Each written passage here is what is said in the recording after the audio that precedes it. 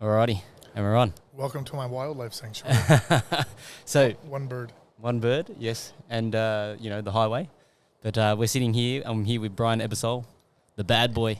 You know, we got to ask you about the beginnings of that nickname because I'm sure there's a story behind that too. I just had to give the very short version to the lady at the cafe. She's been working there for 6 months and doesn't know. She kind of found out today. Yeah, Hank went up there today and paid for my coffee and all that stuff. I'm his trainer. Yeah. Or he's my trainer. And, she's like, oh, so you were like a fighter? I'm like, yeah. What was your fighting name? I'm like, Bad Boy. She's like, the Bad Boy what? Was that it? I'm like, well, my name. Yeah. Bring that mic a little bit closer again, Brian. Gotcha. Yeah, there you go. That's heaps better. Okay, Easy. so, for people that don't know, and this is, it was funny because even at our Outer Christmas lunch, and Nick had pointed out, the guys that have fought, and then the girls in the office, obviously they didn't know. And so they'd looked it up, and then, they've looked up Brian Ebersole, MMA, and then, the picture of you. Like my little brother, not really me, is it? With the chest hair shaved into an up arrow. And they were like, what? That's Brian? Yeah, I didn't hold it together quite like Richie Walsh did. I've let myself go. I got the belly pad now. You got the belly pad? That's it. Buddhism and Nakmoyism, my two new religions and lifestyles, I guess. So here we are. So, okay, let's before we get into the fighting stuff and your fight career, let's sort of bring it all back. So you actually grew up in the States, right? Yeah. So I was from a very small town an hour south of Chicago. So, like when people ask, obviously you kind of say Chicago and Illinois. But I always say, like, with that disclaimer, like, not the city. I was not a city kid. Yeah. That'd be like saying, like, you live out in Narellan, you're from Sydney. It's like, you're not.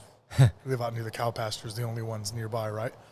So everything where we were was off the highway in just big squares. So you'd have big squares and plots of farmland. Yep. A house every now and again, and then you'd run into, like, a town. So, like, a town would, like, kind of absorb, like, the highway. Yep. And then you'd go another couple cornfields and soybean fields and wheat fields, and then another town. Yep. Do that about 3-4 times, and you end up in, like, the southernmost proper suburb of Chicago. Wow. So I'd have to drive 30 minutes through that to get to, like, the nearest train station that took me to the city. So then, were you guys on a large property or? No, I was very not well off as a child. Like, I look at all this stuff now. Seminars are $150 to see, like, a Hoist Gracie and things like that, and we had wrestling camps that were like sleepovers, like $400. And I look at that now and I'm like, that's a really good deal. Yeah.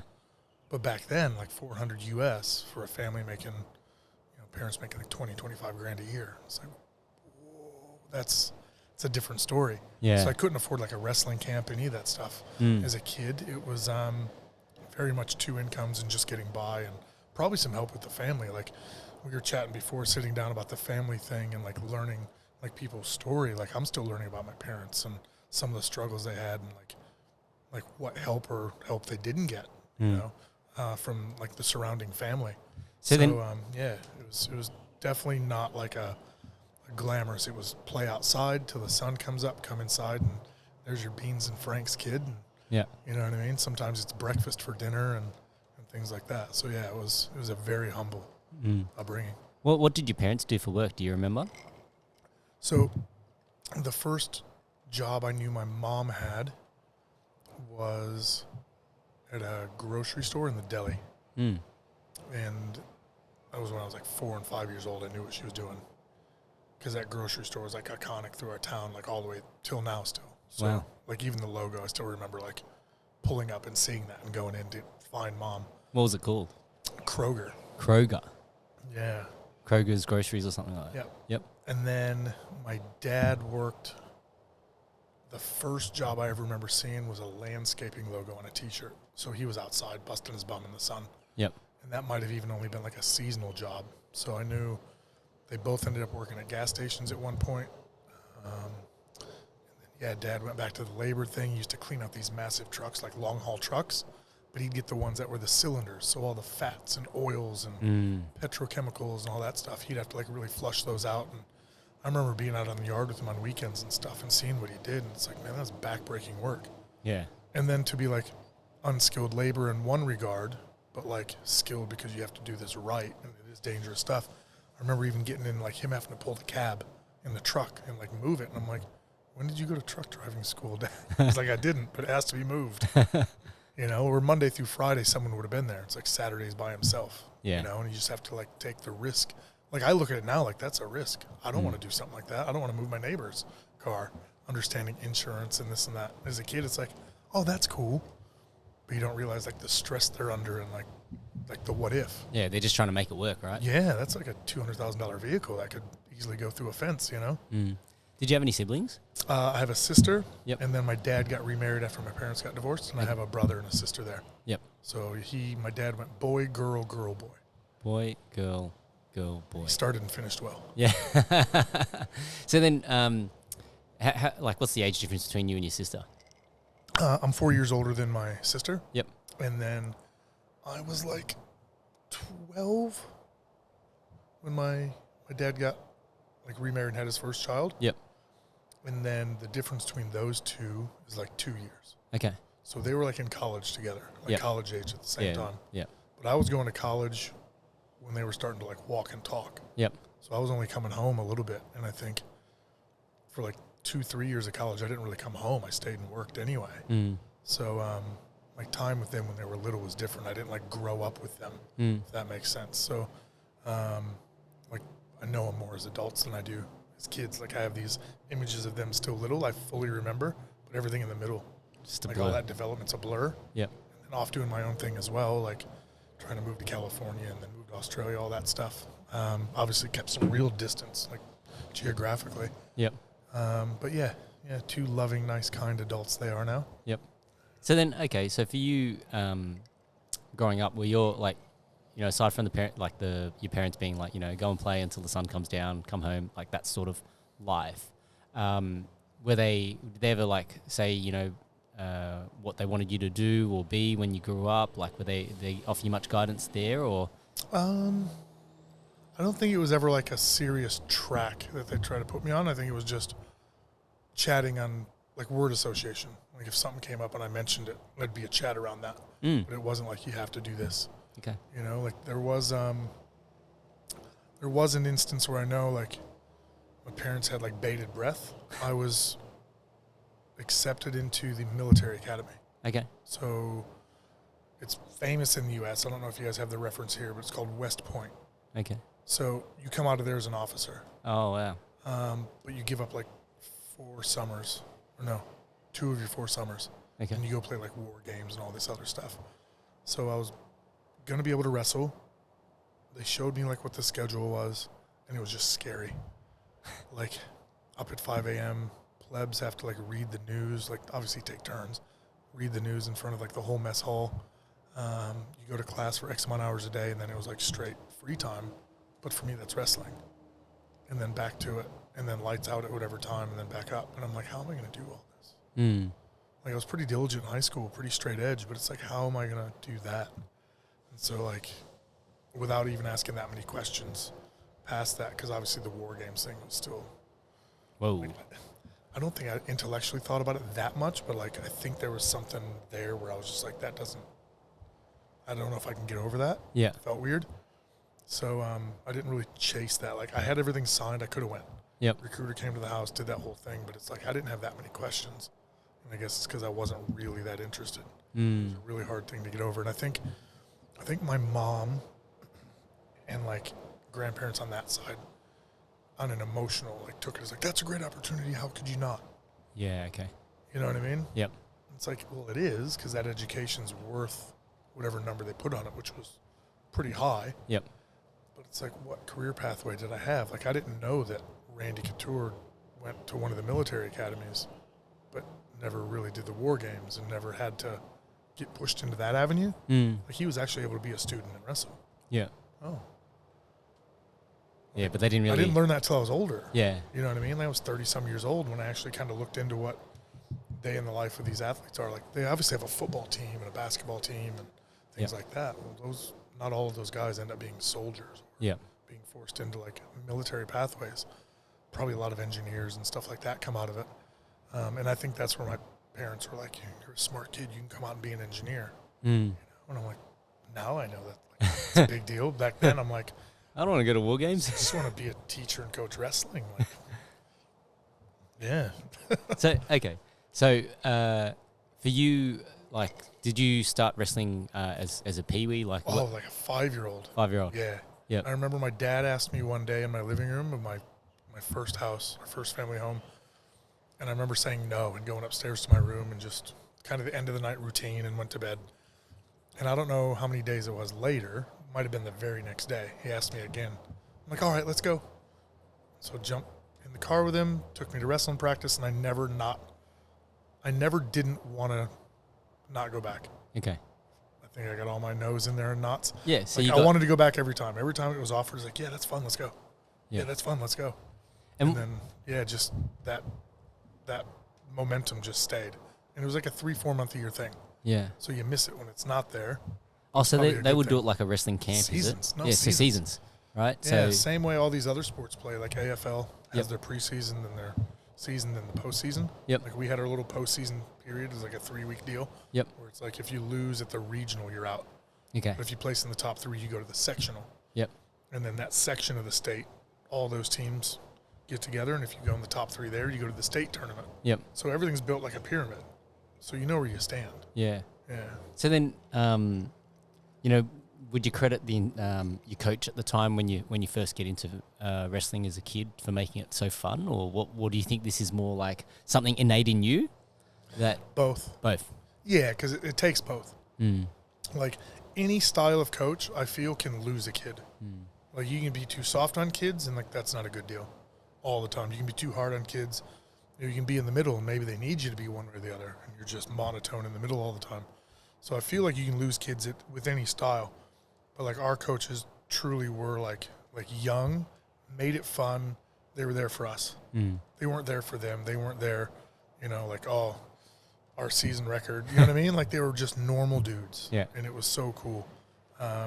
Nobody would care for the peewees, right? Like the peewees is always about the fun, parents right? get Like, crazy. No, parents are crazy even back then. Yeah, well, I think we see that in jiu-jitsu culture today, right? Like, Yeah, it's like, and we didn't have the internet like we do now, but you would still hear people maybe at a football game or this or that. They're talking about the impending wrestling season, but they chat about the last year. Oh, like we really kicked their butts last year, and so. And it's like you're talking about like an 8-year-old kid. Yeah. Like when you're telling because he lost last year, he'll lose next year as well, and it's like, okay, it's very very odd. I mean, we're not talking about like the Chicago Bulls here. Yeah. We're not having like high level chats of like Monday morning quarterbacking. Yeah. Like you're literally doing that with like peewee wrestling. Yeah. And you hit football was worse. Yeah. Football was People absolutely are just so worse. invested, right? Yeah, and it's like, what is it you love? Like, is it the uniform, the color? Like you're attached to something. Like sometimes it's like your kid's already gone and through, and you're still like invested in. Can you just move on with your kid? Yeah. Like go to high school, go do that. Yeah, it's weird. Sports parents are nuts. I was even reading something last night. It was the same thing. It was like, I love coaching kids BJJ, but the parents are crazy. Yeah. You get some that just yell random advice. You get some that are like super quiet. You get some that are like hawks on the mat, almost want to get on the mat with the kids. You get some that get real angry when a kid loses or misbehaves in class or whatever it is, and it's like. Let kids be kids. But I've seen it since I was 5. Yeah. And with way different perspectives. I'm obviously a different person now than I was at 17. Yeah. You know what I mean? So, and then from 17 all the way back to 5, it was like, man, that's 12 years of the same tired story of like seeing like sections of people act a certain way. Like stereotypes come from somewhere. Yeah. You can't judge some books by their cover. Yeah. It's almost like the history repeating itself, right? You can sort of see, the personality types. You can almost bucket people based on. Yeah, they fall into buckets. Yeah. How they perform. When they move on, like if you go back and look again, well, there's still 4 parents that do that and 3 that do that and a majority that are like this. And Well, for you, when you were wrestling as a kid, like what would be your fondest memories of that?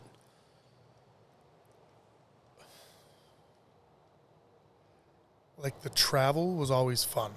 The travel. Okay. Like getting with your teammates in like those big roadster vans that had like the VHS in the middle.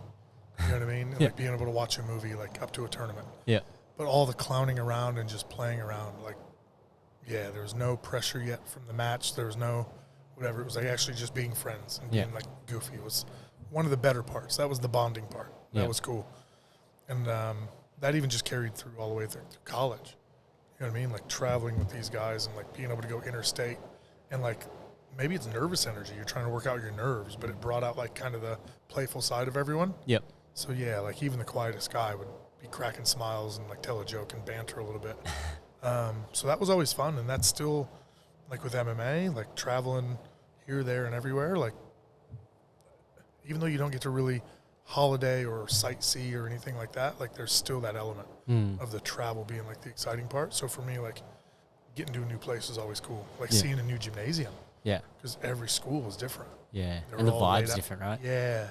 Like you have some schools that are dark, some that are bright, some that have natural light, some that, you know, don't. Some that are real like dingy, like wrestling rooms even, because everyone's wrestling room was different. Some schools prioritized it. Some schools had enough funding where they had probably computers in the classroom and a separate wrestling room. Our wrestling room was co-opted by the baseball team as like a batting cage Okay. and a softball team. Yep. So right after our season was over, like they were in there. Yep. But then it sat empty for like 4 months after that. Okay. You know, while they were playing their season, plus the little gap before our season rolled back around. But yeah, like it wasn't like a priority. It was just a dingy little room. Yeah. And so for you, was the wrestling, like as a kid, was it attached to the school? So Yeah, so I wrestled in a youth club, and we practiced after the high school. So the high school kids, we would get out of school at 3:10, practice at 3:30. Yep. So you get like 20 minutes to, you know, get ready, Yep. basically. As a little kid, we'd get out of school, I think at like 3, like just before them or just after, because the buses were offset. And we would get to go home. Well, at least I did. Yeah. And then back to practice and then get picked up. And most of the time it was dark Yep. when I was getting picked up. So, yeah, it was always interesting, like having snowball fights and all that, waiting for your parents to come like, out in the school parking lot. Yep. But again, it's a school that's not yours, and everything seems big and grand and mystical. Yep. Yeah. And then from the academic side of things, so I guess what kind of student were you? Like, you know, was there any pressure from your parents? Like, obviously the West Point thing came up, but then Yeah. before that, you know, were they ever big on academics, or did they try and push you academically, or? So I was lucky enough when I was young. My mom was able to like stay home with me a fair bit. Yep. You know, and she read to me and all that stuff. I was pretty coddled in that regard. So I came up really, really well with numbers and reading and all that. And I got apparently bored in school because then I would chat and this and that. But it's like my work was done. Yeah. And I understood the content. And I know that's where my older daughter is already. I can see it. It's the same. She's the same. She's the same. Like they asked me to skip 3rd grade. Mm. And I was like, no way, because I was already the youngest in my class. Oh, wow. My birthday's like November 27th. Yeah. The cutoff was December 1. So if I was born like 5 days later, I would be in a different grade. Yeah. So there's no way I wanted to like skip and be like 2 years younger than most of my classmates. Mm. And it was just one of the ones where like I was already at a competent level, like just let them skip ahead. But I'm like, I'll happily do harder work. But I was never in the gifted class. Mm. So it was like, did they not want me in the gifted class? Did I not? I don't remember ever being tested, but they offered to let me skip. So it was interesting. Like when I changed schools, they had an actual gifted program Yeah. that I was never in, but I was in the higher level, like history, social studies, and math classes. Mm. So I was doing like senior level math as a freshman. Yeah. I was in a class with juniors and seniors. Mm. And I was getting C's, like grinding to get by. It was actually hard stuff. Like geometry was hard Mm. as a 13-year-old. You know what I mean? I was like, I get it, but I don't get it. And Yeah. They don't let you keep the formulas. You know, it's like, I've got a phone now. Like I can go find that info and then plug the numbers in. Yeah. But yeah, they'd make you try to remember everything. I'm like, E equals MC squared is the only one I know. So, yeah, I was a pretty good student, but it was like I didn't like studying. I studied for the tests. Mm. Like the way they laid it out is what I did, you know. And I never had someone hard on me that I maybe listened to properly. Mm. And I'm sure a few said it, like, "Hey, you need to study to like master the content, not just study to remember the tests." But I'm like, "But you give multiple choice tests, so I just need to remember the answer, right?" Mm. you know, and then essays were just repeat kind of what the teacher said. Yep. With their explanation and regurgitate that back. So I wrote my way all the way through college just based on that, really. Yeah. And didn't have that much pushback. A couple of teachers in college, a bit of pushback, like, again, you need to master the content, and you're one of those kids that, like, yeah, you've nailed it. You know, like, I was like that with most of my subjects other than math. Math, you had to sit there for 40 minutes and grind through one problem some nights, you know, and then pray that you got a decent test question. Yeah. You know, so, yeah, it was like I grinded with math. Most other subjects I tried to just as efficient as possible, just get it done. Yeah. You know, like English was okay. You know, it wasn't hard to like diagram sentences and do all that. It was just really time consuming and boring, and I didn't always want to do it. Yeah. So some of us in high school used to like take turns doing like the Monday homework, and we'd all share. Cycle through it. You do it on Wednesday, and we'd all share. Yeah. That's a pretty smart way to do it. It was like a little rota system. It wasn't bad. It was like sharing chores. Like I'll do the dishes Monday, Wednesday. You do them Tuesday, Thursday. So it's prepared me for life. So then in high school, like before you go to college, like did you have any idea what you wanted to do? I just want to be a teacher and coach wrestling. Yeah. Okay. So that was always your goal. Yeah. I thought like my stepmom was a teacher, right? Like I quite enjoyed like the team aspect of stuff. I quite enjoyed like that environment. The summers off would have been cool. I probably would have still got a job, you know, even though teachers make okay money, like that 3 months in the summer would have been a chance to go do some, when I was young, maybe some labor jobs or pick up like football coaching or something, you know, to still make some extra income and try to save money to buy a house and all that. But the travel opportunity as well, to be able to go, you know, I actually have 3 months off and I'm an adult, that looked really... Because as a kid, it was like school, and in college, school, wrestle, school, summer, go to work 40 hours a week. Yeah. And I guess have some beers on the weekend and try not to get arrested. You know, like it wasn't relaxing. It was never felt like you had time to actually just go do what you want to do. And I know other kids had, you know, different summer jobs and made better money, or maybe had different support or access their loans differently. You know, I only came out of school like $23,000 in loans. You know, so I didn't put myself like hugely in debt to go do that. Yeah. You know, or you hear the stories in America, $100,000 coming out as a teacher, and it's like, how do you pay that back on 40 grand a year? I don't get how they can justify $100,000 to, you know. But when you're taking loans out to feed yourself, and you, because the money's there, you'll spend it. Like I spent every dollar I had. Like I remember writing checks for ramen noodles, like $3-4 checks to grab like a 10-pack of ramen noodles. Really? Yeah. But so like the loans don't just apply to the course. You could actually use the money from the loan for your living expenses. Wow. So then like so my tuition was cheap, $1,800 a semester, so $3,600 a year. Okay. Which is $5,000 Aussie. Yep. But housing and feeding myself is expensive. Yeah. Okay. So they that's where the like money 9, actually 10 came grand. from. Yeah. Okay. Yeah. Well, that would make sense how somebody could accumulate $100,000 of student loans. Yeah, because they're not paying for all their other costs. Yep. Yeah, but I grinded through and lived very skint. Yep. On that part. Yeah. So then I only came out with like $23,000. Yeah. Wow. But that was almost all tuition. Yeah. And books and fees. So then when you went to college, where did you go? I went to Eastern Illinois. Eastern Illinois. So Matt Hughes was my wrestling coach. Okay. Yeah, he used to beat the piss out of me like my first 2 years of school. So, you know, That's not funny, Johnny. Like, I'm still traumatized. Obviously, there's some stories there, so you got to share one or two about your experience there with Matty. Yeah. So, I remember going down to a school visit. My stepmom was an alumni of Eastern, so she took me on the school visit. And we were looking for the wrestling office, and we saw Matt walking around in our, we call them our grays. You get sweat tops, sweat bottoms, shorts, shirt, socks.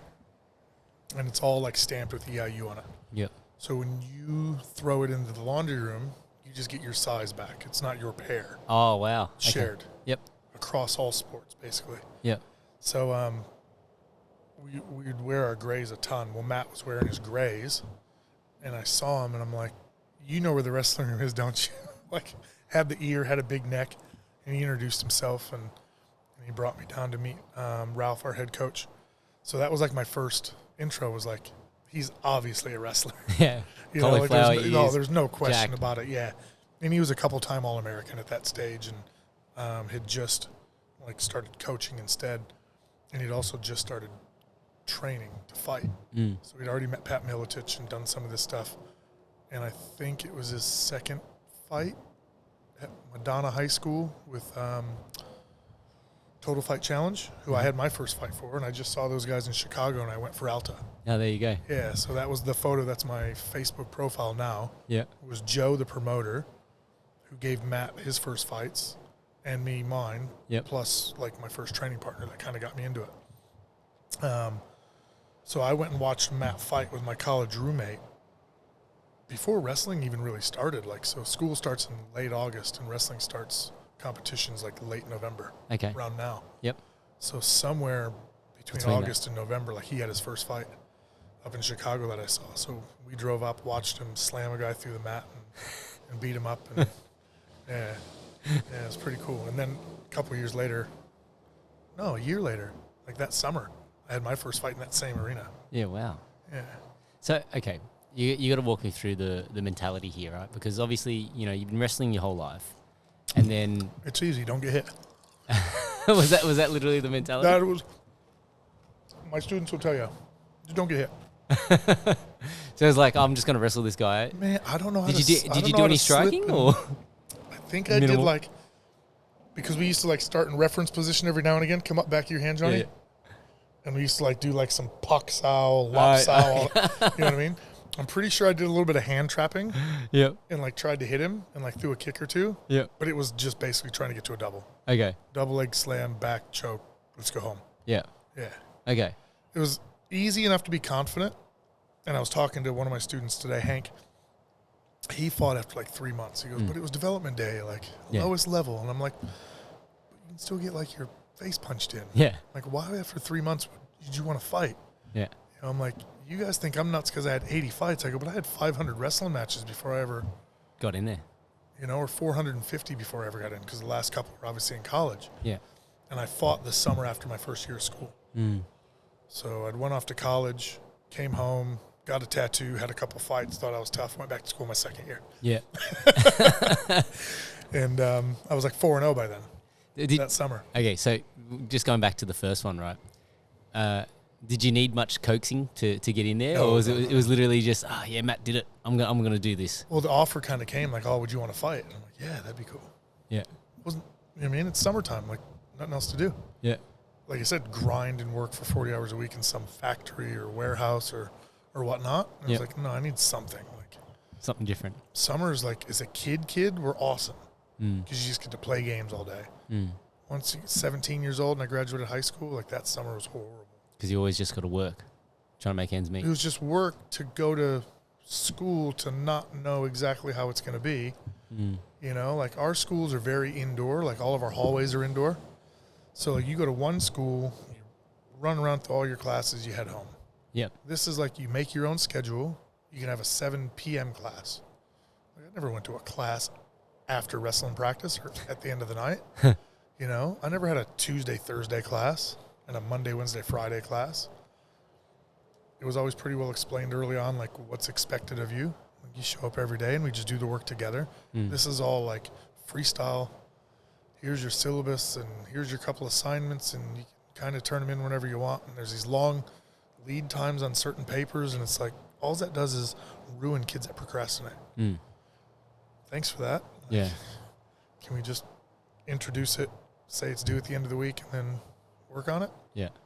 I don't know. So it was all these weird scattered bits to try to pull together once you're there. But again, knowing it's going to sort of be like that, but not having done it, it was like weird. It wasn't just school, square, show up, do it, go home. Yeah.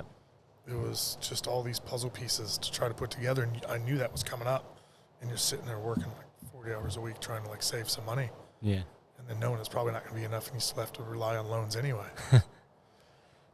So what did, when you had that first fight, did your parents come? No. Did you tell them? Yeah. Okay. No, Tim took me up, the one in the photo I was telling you about. So, Yeah, Tim took me up to Madonna High School in Chicago to fight on old Joe's show. Now, Joe was one of the guys that, like, in Illinois, took the lead on this MMA thing. And he still has, like, the Jeet Kune Do style as his base and all that.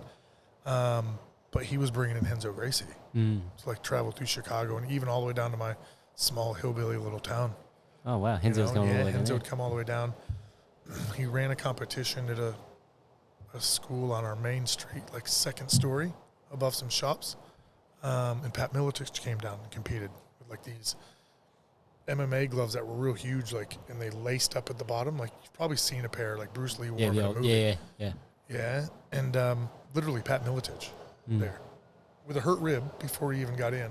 Had, like, 2 fights that same day. I did a grappling competition, like, just trying to get the thing going. Yep. It was neat. And I didn't realize, like, that was the upswell of the grassroots, but with really high-level people sort of on the orbit, you know, because I was just around a bunch of, like, kind of goofballs that were doing it. Yeah. You know what I mean? It's like Renzo Gracie, you don't really, the gravity that doesn't hit. And then Pat Miletich, you're like, oh, he looks, like, fit and whatever. But then 5 years later, it's like, that's Pat Miletich. Matt Hughes is going to train with. There's a reason my wrestling coach is going to train with him. Yeah. Oh, I met that guy when I was little. Yeah.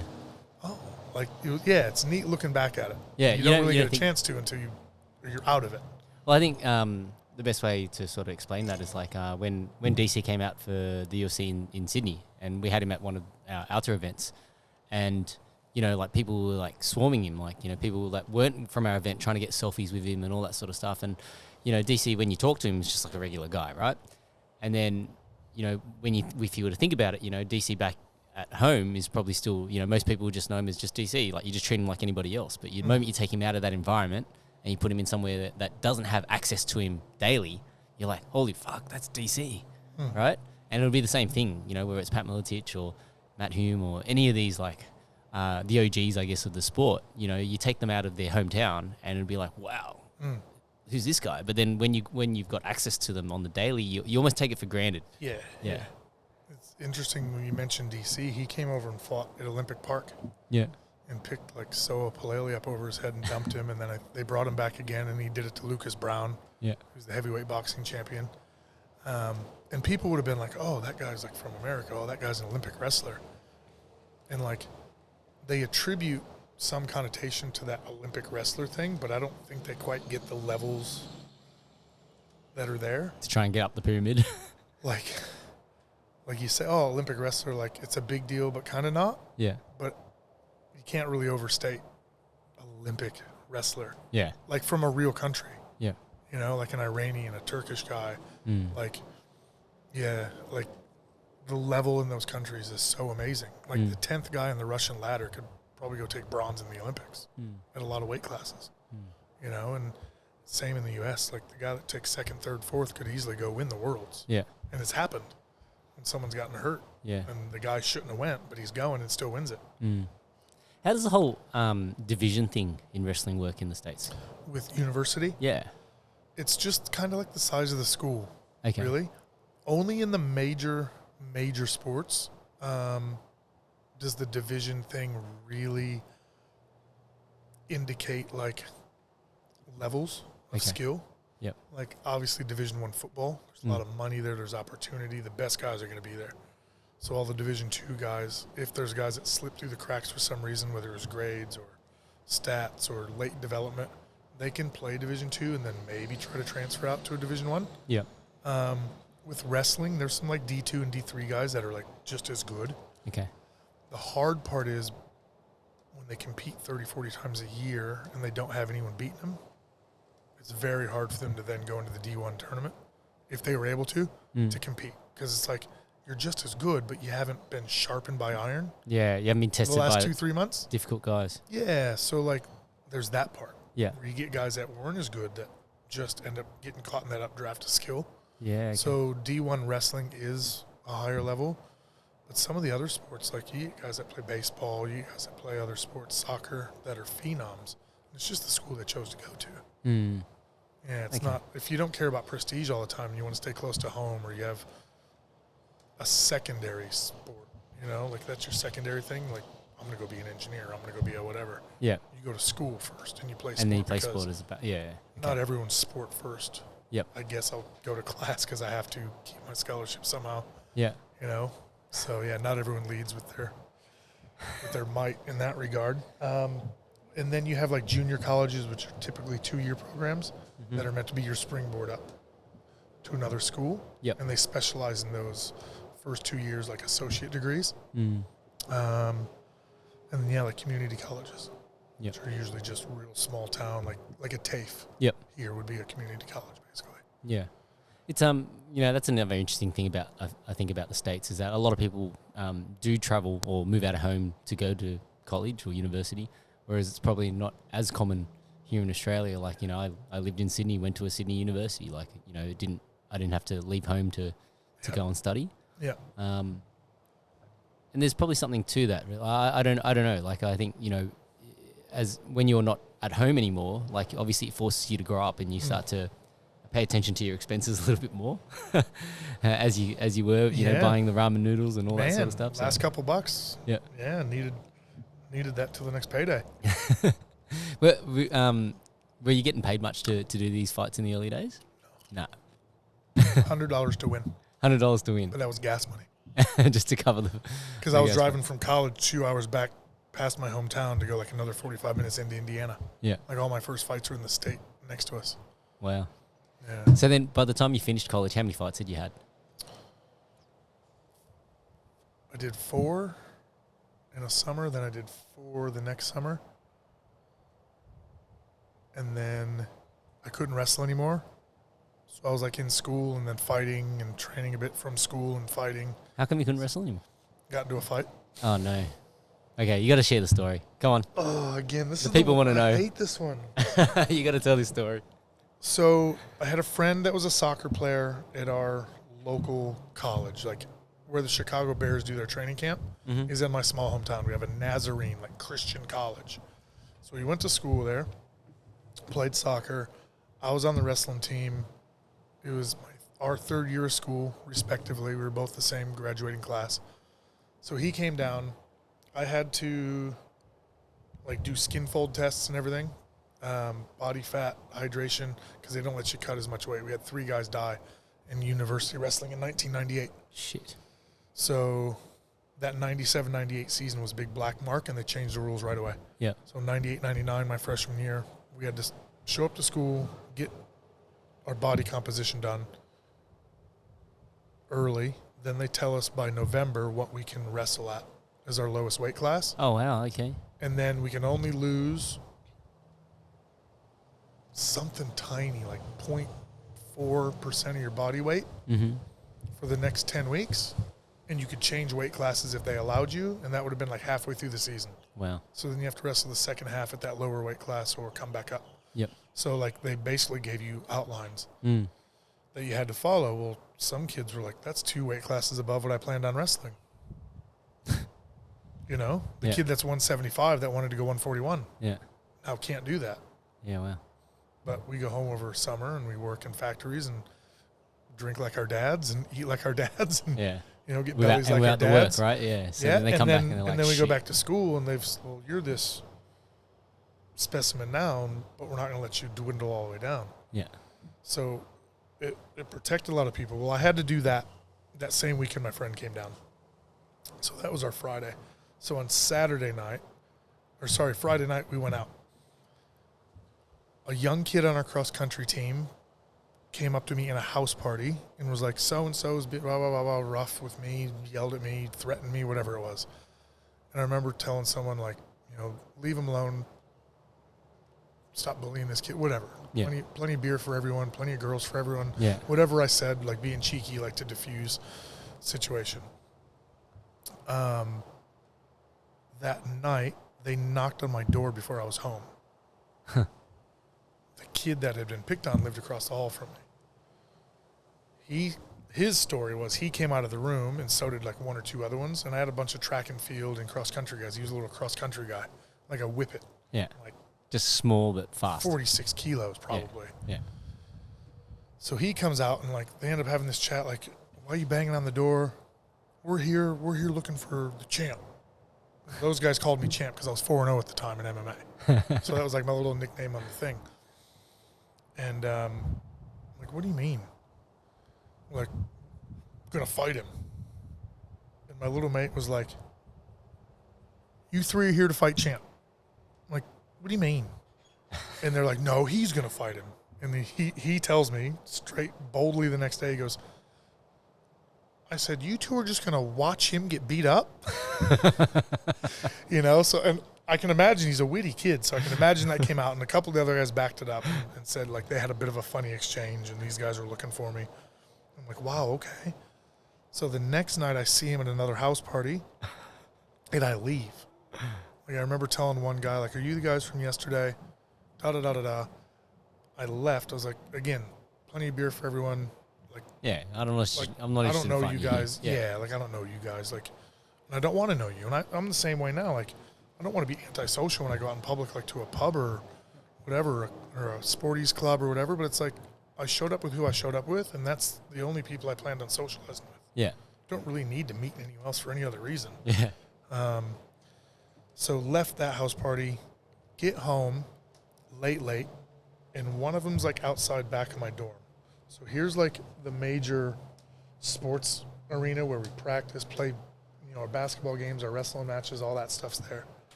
And then massive sidewalk, my dorm, and then a massive tower that's still attached and a small tower. So the two little towers are the men's sports, women's sports, and the middle one's like upperclassmen mixed. And so he's out back on that corner, yells my last name, which is like a very sporty American thing. You know, Ebersole. like, yeah.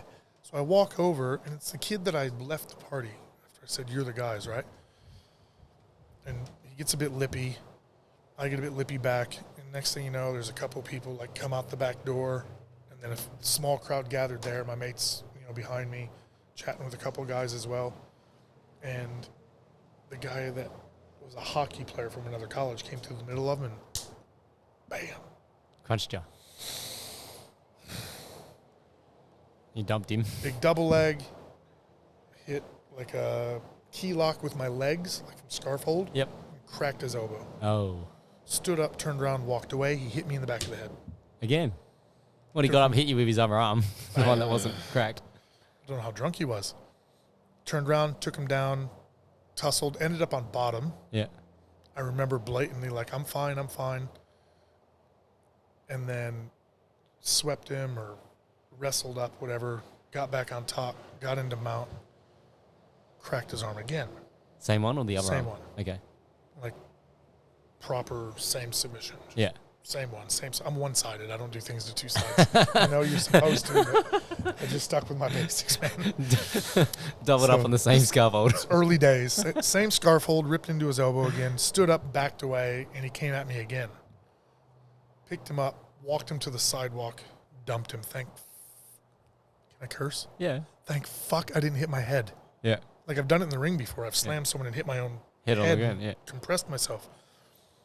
All the wind comes out of him. He's like screaming for his mate to help him. His mate comes up and boots me in the face. So I'm bleeding everywhere. I put my head down. Like I wasn't giving up position. Yeah. Like if his mate would have came back, I'd have grabbed him and took him down too and left him and crawled on the new guy. Yeah. Because the old guy was kind of done. Yeah.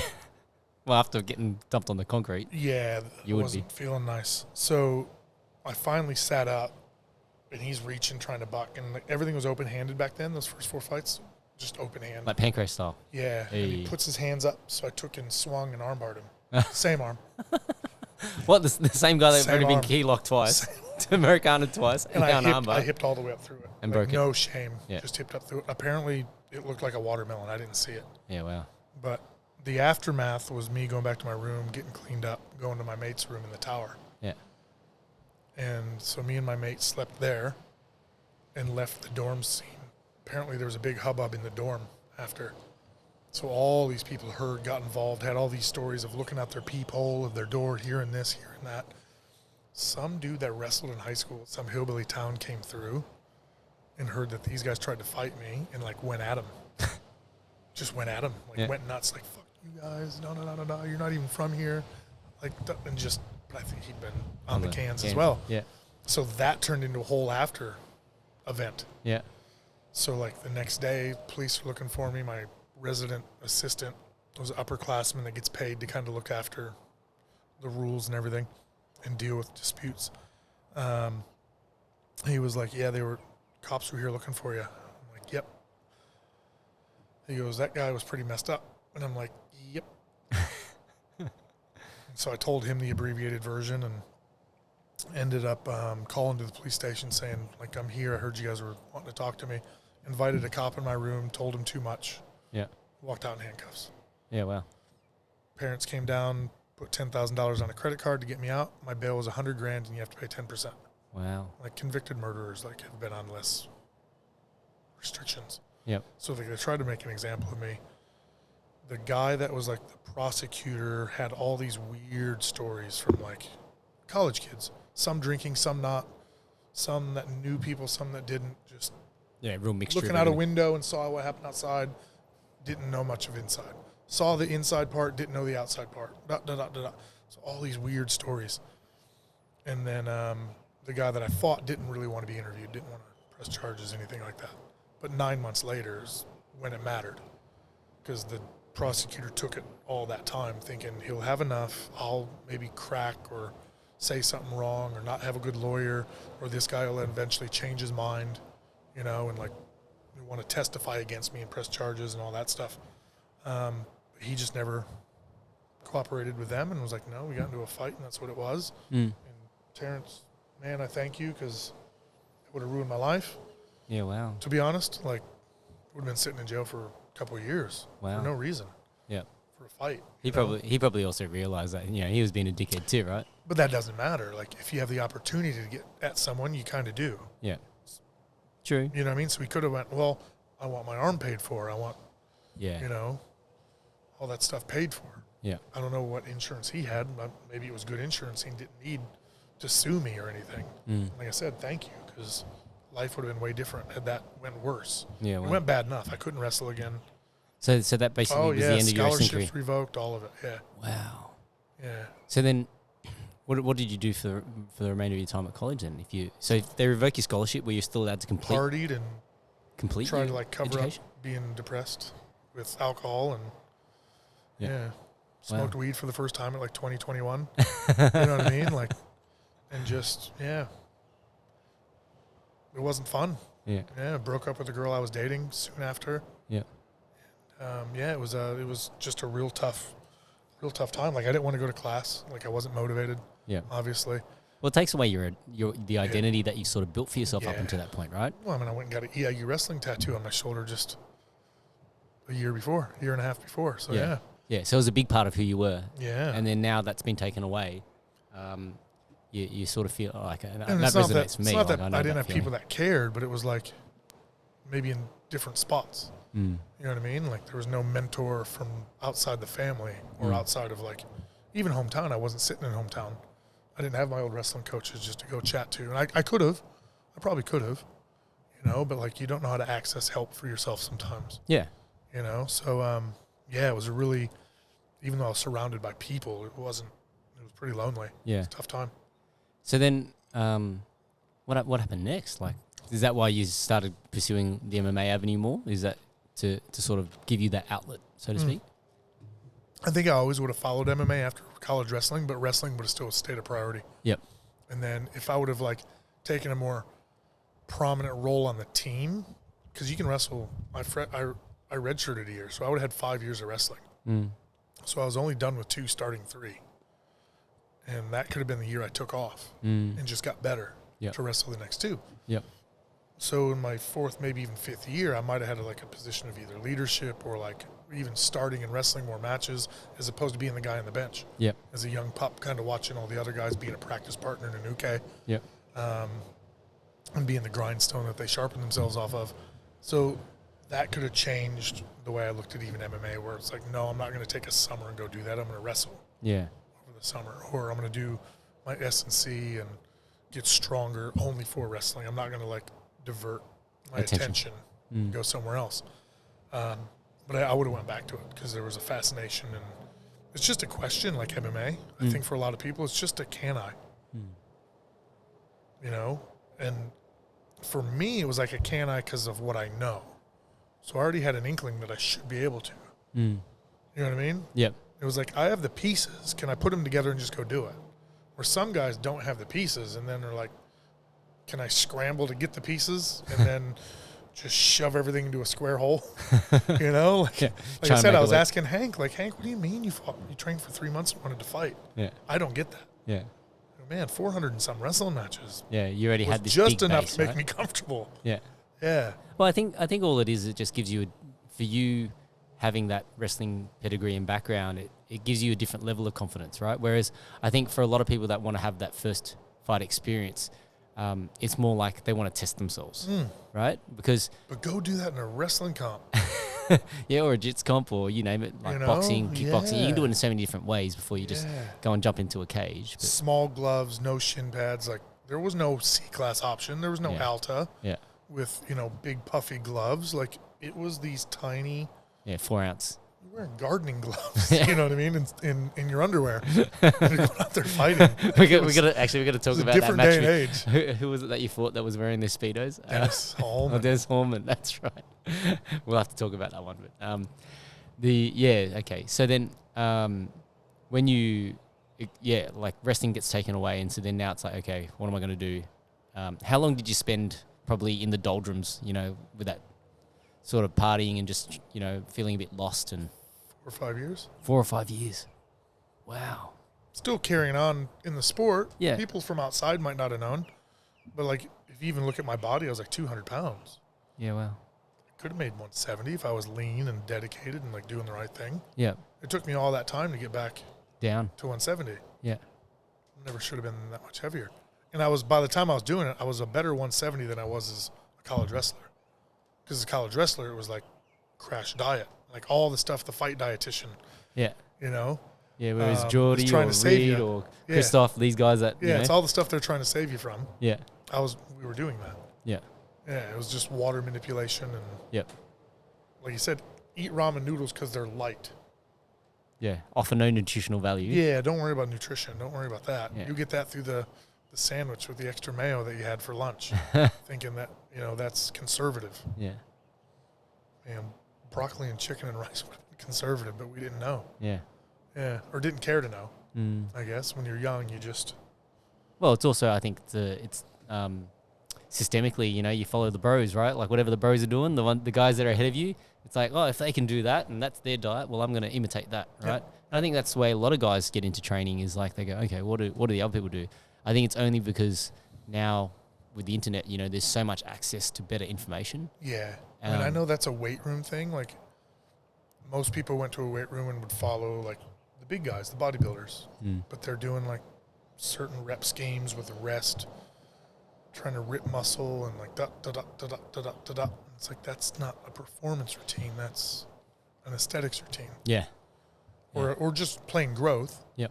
You know what I mean? But that's not sport performance. No, it's hypertrophy. Yeah. They're going for a certain look, right? Yeah, and maybe not, running yourself through an endless circuit might be the other extreme, where there's no rest, and it's lighter weight, but you're doing 1 million reps, and da-da-da-da-da-da.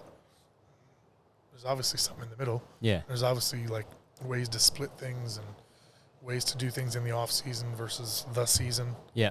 Versus pre-competition phases, So, yeah, there's definitely a lot out there now that we just... Didn't think we weren't even asking the simple questions. We were just kind of floating and doing what we thought in a moment. There was no bigger picture thought. There was no weekly meal plan. It was just, I have to make weight by the weekend. So look at the number and manipulate if you have to without feeling like you're dying. Yeah. So then, well, I'm guessing like after the whole, that 9-month debacle, obviously you wouldn't have been able to compete during that, right? No, so I lost that whole third year of wrestling, and I was in and out of court. Yep. I was banned from campus because the fight happened on campus, so I had to move out of my room into like a wrestler house, like couple wrestlers live there. No, one wrestler with a roommate, 2-bedroom place. I had to live in the basement. Yeah, wow. Because the basement was it was unfinished, but there was room, So I chucked a bed in the corner and lived in the basement, and then those 2 guys moved out, and then Lewis Taylor moved in second semester. So Lewis is the 2018 middleweight PFL world champion. Yeah. Right? $1 million champion. And he and I basically had the party house for that second semester. Oh, wow. So we paid our rent a little easier because we threw a party every Friday or Saturday. And collect, what, door charge or something? Just for a red cup. Come on in. $5. Oh, funny. Kegs are in the basement. The kegs are dry. Go somewhere else. Yeah, wow. And ran around acting like idiots for a couple months. And then the next year, lived with three other guys. One of those guys ended up doing some MMA with me. Fought Tim Sylvia, who was a UFC champ. Fought Justin Eilers, who's a UFC guy that, rest his soul, passed away a couple years ago. So he had some big bouts for the time. Again, you're in that orbit, you don't really realize who you're around sometimes until the story is almost over. Yeah. So that was quite interesting. But I had to go work on a hog farm because I ran out of money in the first semester. No way. I wasn't going to all my classes anyway. My fourth year. So how you got to tell us a bit about this hog farm? What the fuck I happens? just needed a job. I needed a full-time job. And you're just looking after pigs. And we're out in the middle of the country anyway, off the highway, and there's two towns. My exit was in the town prior to us, and we had to drive 9 or 10 miles on a country lane to get to my college town. So we weren't even right off the highway. We were the smaller of those two towns. Nothing in the area.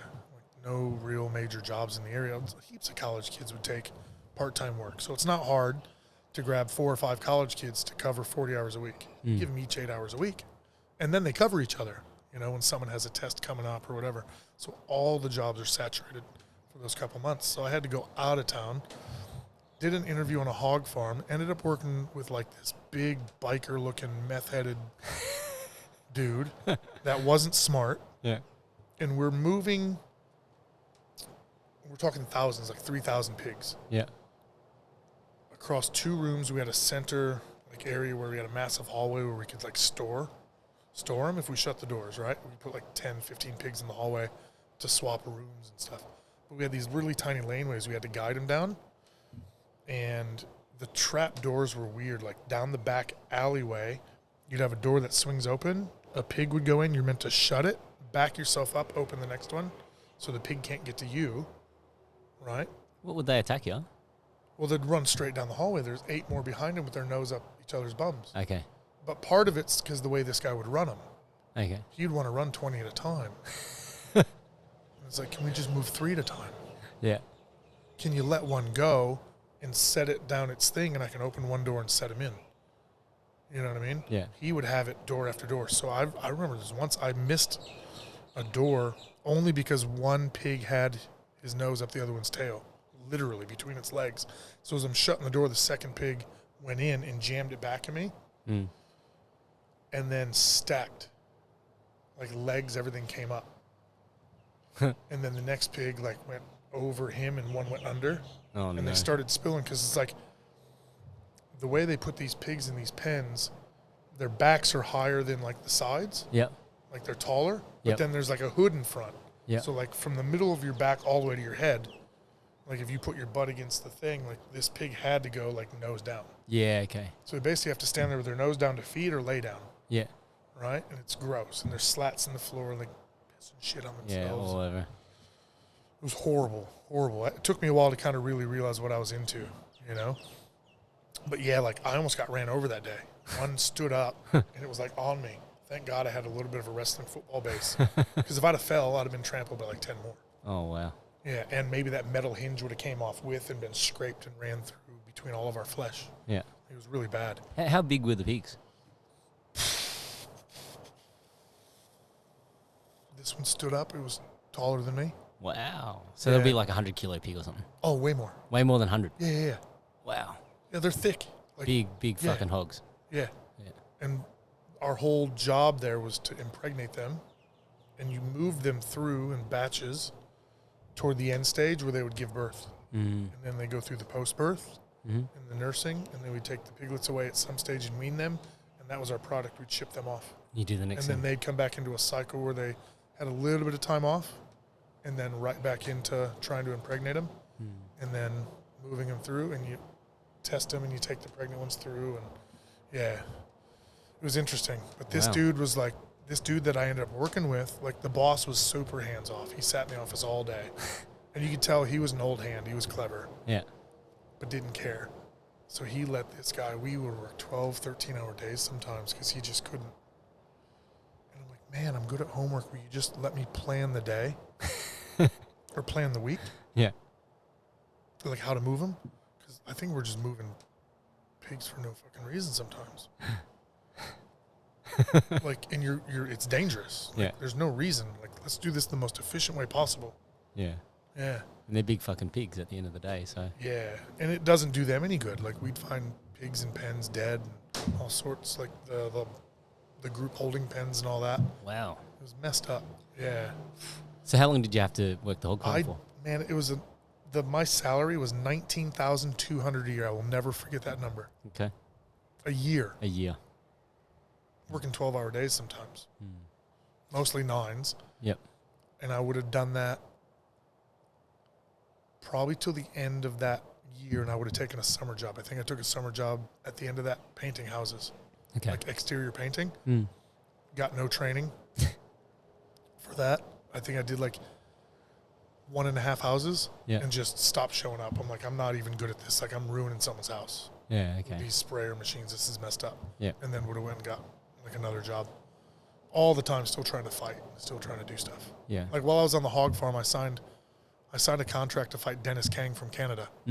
Like very famous guy at the time. And then the promoter, we talked about this about 7-8 years ago, didn't we? Pavlich.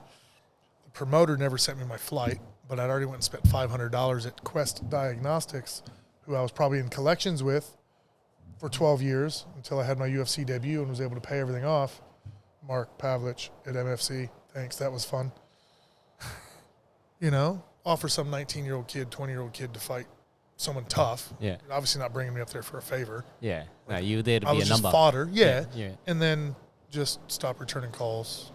Never booked your Contract flight. signed. Everything's done. Bloods are done. $500 worth. Man, did you hear what I just said? I was making $19,200 a year. This dude, post-tax money, $500 for medicals. That went to no use. Yeah.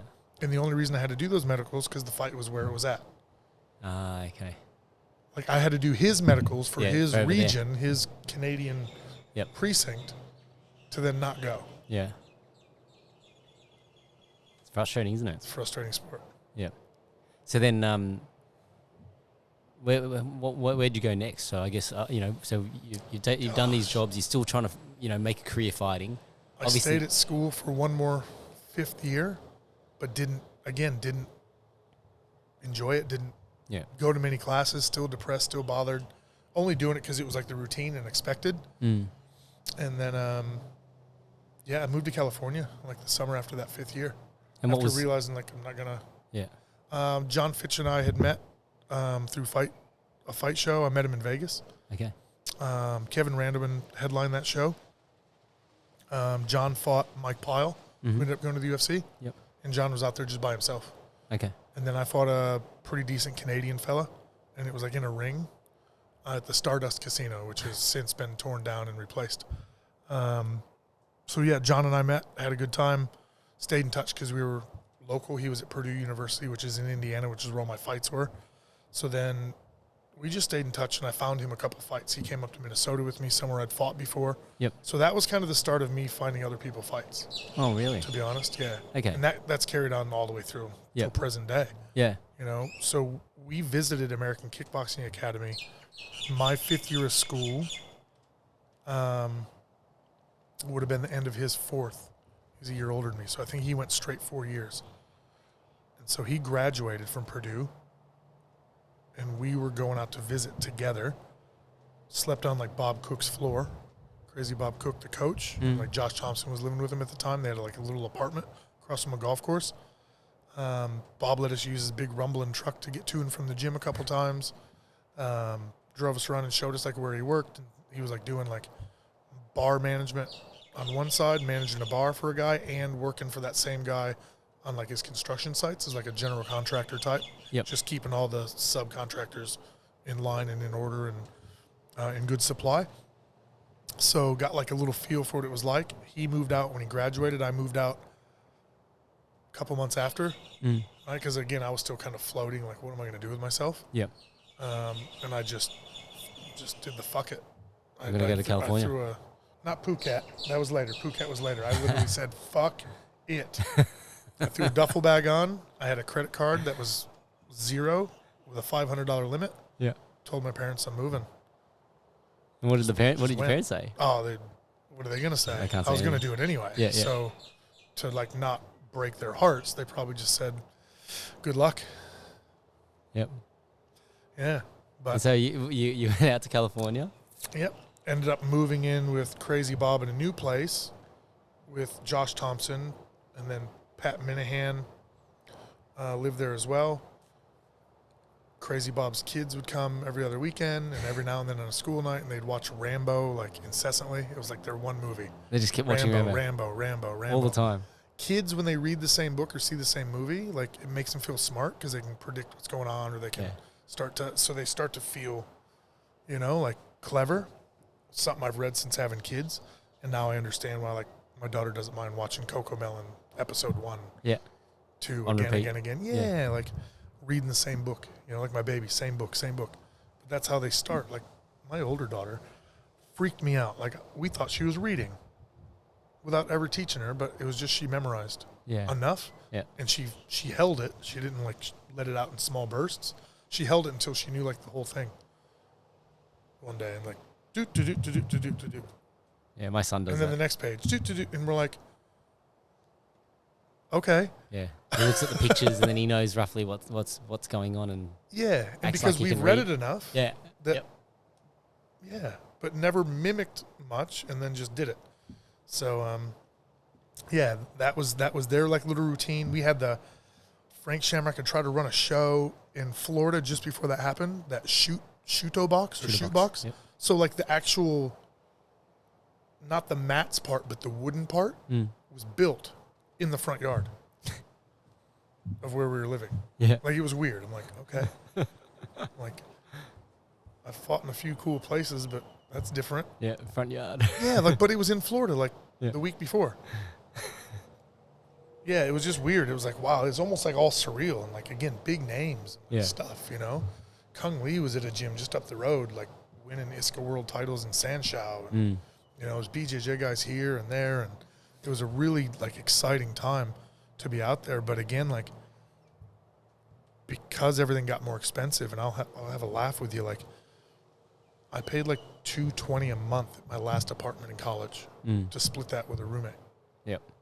The year before it was $275, and the year before that it was like $250. But that was expensive. Yeah. Yeah. Like $65 a week. Well, come on, we're in Australia here. You know what I mean? Do you know what I mean? Yeah. So when I went to California, all of a sudden it was $500, $600, $700 a month. Yeah. So it was triple. Yeah. Double to triple. I'm like, whoa. Okay, this is hard. Yeah. So I worked more than I trained for the first little while. What were you working as in California? So I was able to go be an unskilled dude at the job sites. Okay. Where Crazy Bob had, like, the roofers doing this, and I'd pick everything up, and, like, I'm sitting there looking out there right now. Everything underneath that wood, I'd be out there picking up. Yeah. That was me. Yeah, so labouring, basically. Yeah, but just unskilled. Yeah. So then when it came and to... then bartending. Oh, bartending. Doing security. Yep. And that's the one I stuck with. Okay. Yeah. So when it came to your own training, right, like, when did you start to really, add in the striking and add in all those other elements? Well, I was at American Kickboxing Academy finally. Yeah. So I took it seriously. Jerome Turcan took me under his wing and really, really, like, mentored me. And all the guys that were coming out there to compete were wrestlers by heart. There was a couple guys that had trained like boxing and kickboxing there and were homegrown, and they were good, but they couldn't wrestle with us. Yep. So as long as we could just find our little, like, life hack into a single or a double without getting hit, we were fine with those guys. Get your range. But we'd mix it with them because we had to sometimes, and it hurt. Yeah. You know what I mean? They were better than us. Yep. But slowly but surely we figured it out. Yeah, wow. Slowly but surely we figured it out. And a lot of times it was we were getting better at striking with each other. Yep. Because we were wrestlers first. Yeah. So as soon as one of us went, well, I'll be striker first, without telling the other guy, you know what I mean? We put the challenge to him to get past, even if it's shitty hands. Yeah. You still got to get in a clean shot. Yeah. Because if you don't, my sprawl's coming now. Yeah. You know what I mean? So being able to just give them even a head start on the wrestle and still get out was kind of like a way to practice our striking. Yeah. Like, yeah, we never really fell in love with like sitting real upright. We still had our hips back a little bit. Yeah. We're kicking all that much.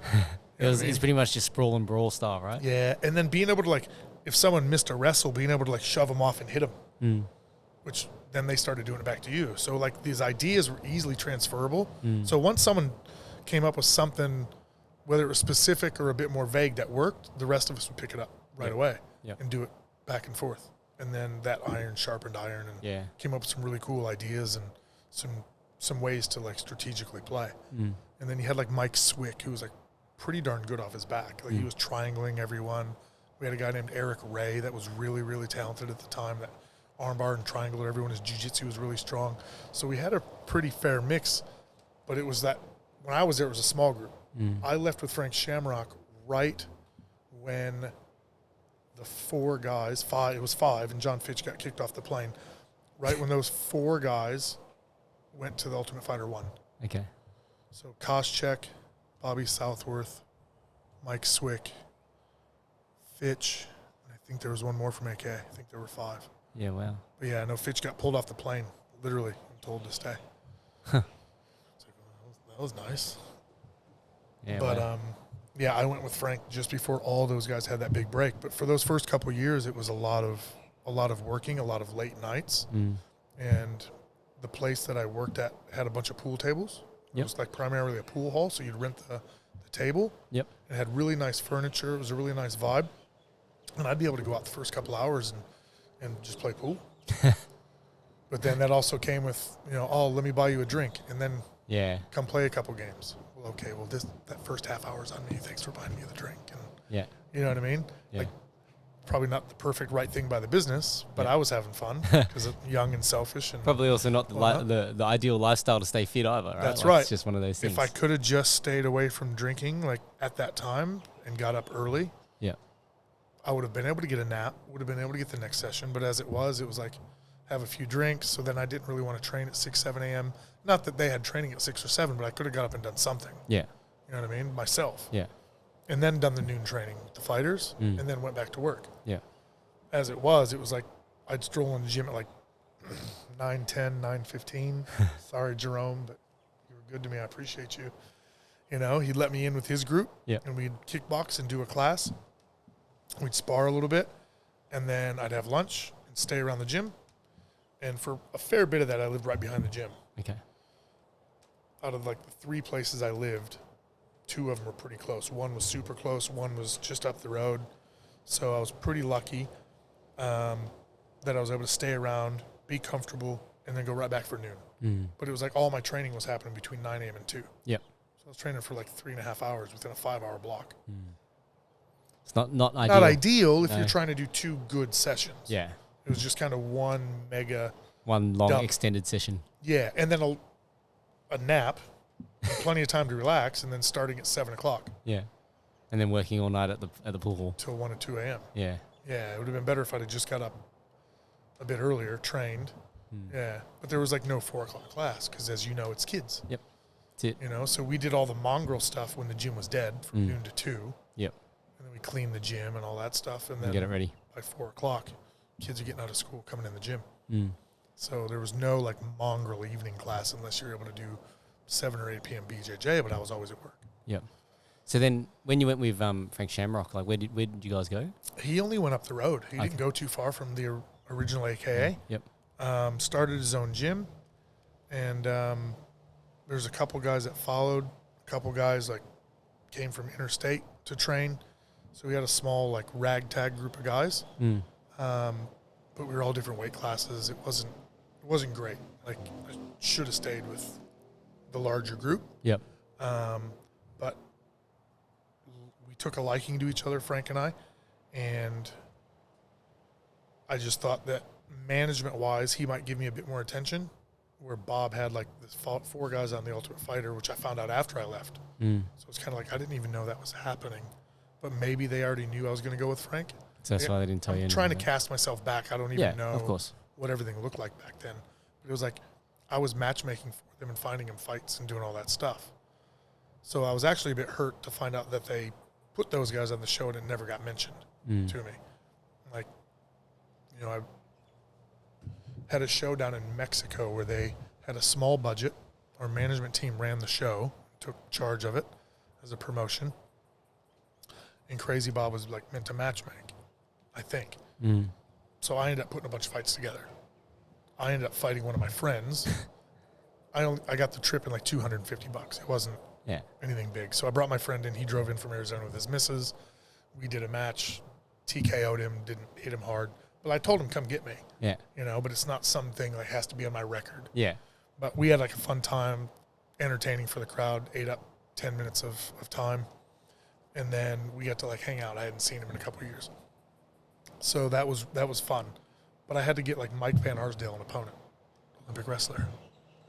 How do you do that? You know what I mean? There's a whole lot of phone calls. And a lot of no's. Yeah. And a lot of are you jokings. Unless you're going to lie to people. I had to get Sean Shirk an opponent. Yep. I had to get John Fitch an opponent. Yep. I had to get Mike Swick an opponent. Like, probably ran one of the deeper talent fight cards. All the talent was on one side, don't get me wrong. But, that's right. you know, it's like I kind of pulled off a miracle finding opponents for all these guys. Yep. You know, and that was only a couple months before all this. So it's kind of like maybe it's a good thing I did leave because maybe I wasn't a part of the team. You know what I mean? And I was, again, something I was telling Hank this morning, like, he was asking me why I don't like someone in particular in our circle, and I just said, just attitude. Like, I'm not saying it because I'm some Christian that went to church every day and I'm judging. I was that kid, kind of. Like, a bit clever, but a bit not knowing what I don't know, and probably a bit lazy when it came to taking care of the bigger picture. Yeah. You know, and I needed someone. It wasn't the soft people in my life, the yes men, that helped me realize that you need to, like, just take a step back, ask a simpler question, and then base your actions off that with a better attitude. It was always the hard people. It was always the hard asses. It was always the ones that were willing to tell you you're being a cunt. Yeah. That you're being selfish, or that this isn't what I'm paying you to do, or this isn't how champions act or succeed or whatever. Like, it was those people that made me, like, introspective, ask the right question, change a little bit, and eventually mold myself into what I think's a bit more of a well-rounded human that has a bigger picture thought process, as opposed to just what's good for me and what works for me and where am I going next. And So then, how long were you with Frank at that gym before, and then how did you end up coming? Like a year and a half, 2 years. How'd you end up? So was the next destination Australia after that, or? Yeah, so I was with Frank for 2 years at his gym. I'd fought in Strike Force and beat Matt Horwich, who was pretty darn good. He was a Team Quest guy with Randy Couture, Dan Henderson, Chris Lieben, all those guys. I beat another really talented, like, Russian kid, Alex Serdukiev, who ended up fighting John Fitch at one stage. They had a pretty good match too. Lost by triangle choke to Ed Herman, Short Fuse Herman, who went to the UFC, was another Randy Couture guy. So I had some cool fights during that time. I fought Kung Lee in Sanshao, and I thought I beat him. They gave him some, like, weird wrestling points. Like, I double-legged him, but they said my knee touched the ground. Yeah. So they gave him 2 points. The takedowns operate differently in Sanshao. But they gave him 2 points, where it's a judge's thing. It's 1, 2, or 3 point takedowns. Yeah. Which is kind of like freestyle. You either get 2 points for taking a guy down. It's meant to be amplitude-based. Or you get 4 or 5. Yeah. Well, I touched my knee to the ground shooting a double. Yeah. And they kind of blew the whistle and break before I picked him up. And they're like 2 points for Kung. And I'm like, I put my own knee on the ground. Yeah. That is the lowest. He didn't put you down. That is like the lowest form of scoring ever. I scored on myself. Yeah. How'd you give him 2 points for that? So it was like he won a couple rounds on the wrestling part where it wasn't even it wasn't real wrestling. It was odd. Ended up with a really sore leg. Like, we chopped each other's legs pretty good, and I ended up leaving my leg up for a day or two, and all the blood pooled to the back, so I had a big purple hamstring and back of my calf. And it was cool. My dad was out. A couple of my college friends were out, so I got to hang out with them and kind of just nurse over some like pho. and introduce him to like some different food and show him, different parts. So yeah, it was a funny one. My dad and my good mate Joe Bagaiski, they've got a funny story. Like, I think they were drinking, and they ended up having to drive out of San Jose City to get back, and got lost, completely lost. So they would have just driven drunk for like 2 some hours, not knowing where they're going. And there's no GPS on your phone back then. No. So I'm like, how did you guys not get arrested? Oh my god. Oh my god. So yeah, it was that was an interesting time. Frank got his IFL team, International Fight League, so everyone had like a city. So we were the San Jose Razor Claws. We were meant to go up, and I was going to fight Joe Dirksen, who's a really good Canadian, got into the UFC, did pretty well for himself. And I had a fight scheduled before this IFL thing happened. So I went and fought that fight. The kid pulled out 2 weeks before, some young kid, and they put Shannon Rich in there. Now, Shannon's got 70 wins and 150 losses, and he's only seen like 5 second rounds. Everything just happens or doesn't. Yep. He's a pro in the sense that he's going to fight every 2 weeks no matter what. Yeah. And he knows that, so when he gets put in a bad spot and ground and pound starts coming, he taps. Yep. And he'll collect his paycheck and he'll move on. So he sort of Bob sapped it. Yep. In that regard. But I'd already beaten him. And I beat him when he was younger and I was young, like when I first went to California. So fighting him 4 years later was not scary. Yeah. So I danced and played and put my back against the cage and did the Anderson Silva, tried to cartwheel kick him, all sorts of stuff, right? And I got suspended. What? Yeah, they said I wasn't fighting to the best of my ability. And they, at the other extreme of that accusation, was that we worked the fight. Oh, and it was like a pro wrestling thing. Yeah. So I had to deal with all that. Got suspended indefinitely. Didn't know how long that was going to be. I'd already said no to coming to Australia before this. I couldn't fight in the IFL now. Yep. Which was a big contract. Yeah. For the time. Well, out of curiosity, you don't have to name numbers, but I'm just curious. I think I was going to make like 8 or 9. Yeah, wow. Plus team bonuses and win bonuses and all that. Yep. Well, I made 6 and 6 to fight the number 3 guy in the world, Chris Lytle, for the UFC. Well, how many years later? 2008? 7, 6, 5? Like 7 years later. Yeah, okay. Big money for the time, yeah, absolutely. Yeah. Yep. So that was going to be fun, and that was going to be a season. Like I was going to get 4 or 5 matches. So as it was, couldn't go do that. Said, yeah, I'll go to Australia. So what was the offer to come to Australia at that time? Fight Kyle Noak. Okay, for Justin Lawrence at XFC. Okay. So I chatted to Justin a bunch over the internet because Justin sent us a Kiwi guy that was living in his gym named Matt Teepaw. Now, Matt had fought Kyle Noak, George Soteropoulos, and plethora of other guys, done pro boxing, all sorts. Really, really talented kid at like 155 pounds. So he came over and lived with me in California for a bit and came back. So when I came back, he was still living in the gym, so I stayed in the gym with him, and we just trained every day. But I fought Kyle, and then a month later I fought Dave Frendon. Dave was in like that Spartan 8-man tournament where Anthony Parash had his first UFC fights, and Anthony, I think, won that tournament. So it was like an OG of Aussie MMA. So I stayed here for like 2 months and then went back to the U.S., came back on the prospects of like working in real estate. They had a real estate company that was doing 5-year guaranteed rental on an investment property. And they were doing the spinning your tax. There's like a tax, not a loophole, but a bonus if you invested in property. Yep. So there was something where they were doing the best thing they could with your tax money, deferring some of your tax and pulling it into your investment property. Yeah. So it was a bonus for you. You're going to lose that money anyway. Yeah. And a lot of people are only paying like $75 a week. No. Yeah, $75 a week, like toward their mortgage. Yep. And the 5-year guaranteed rental was there. So it was all like the big W general managers that had to move and this and that. So I was meant to be the first guy in the door to explain the numbers. Okay. And just go through with you. Who set this up for you? Well, Justin worked there as the sales manager. Okay. And then the owner liked me. Yep. Apparently. And I was clever enough. I have an accent. I speak well. Yep. Good at math. Like I can do the numbers without paper. Yeah. But I'd write it down for the clients if I had to. But they didn't help me get my visa.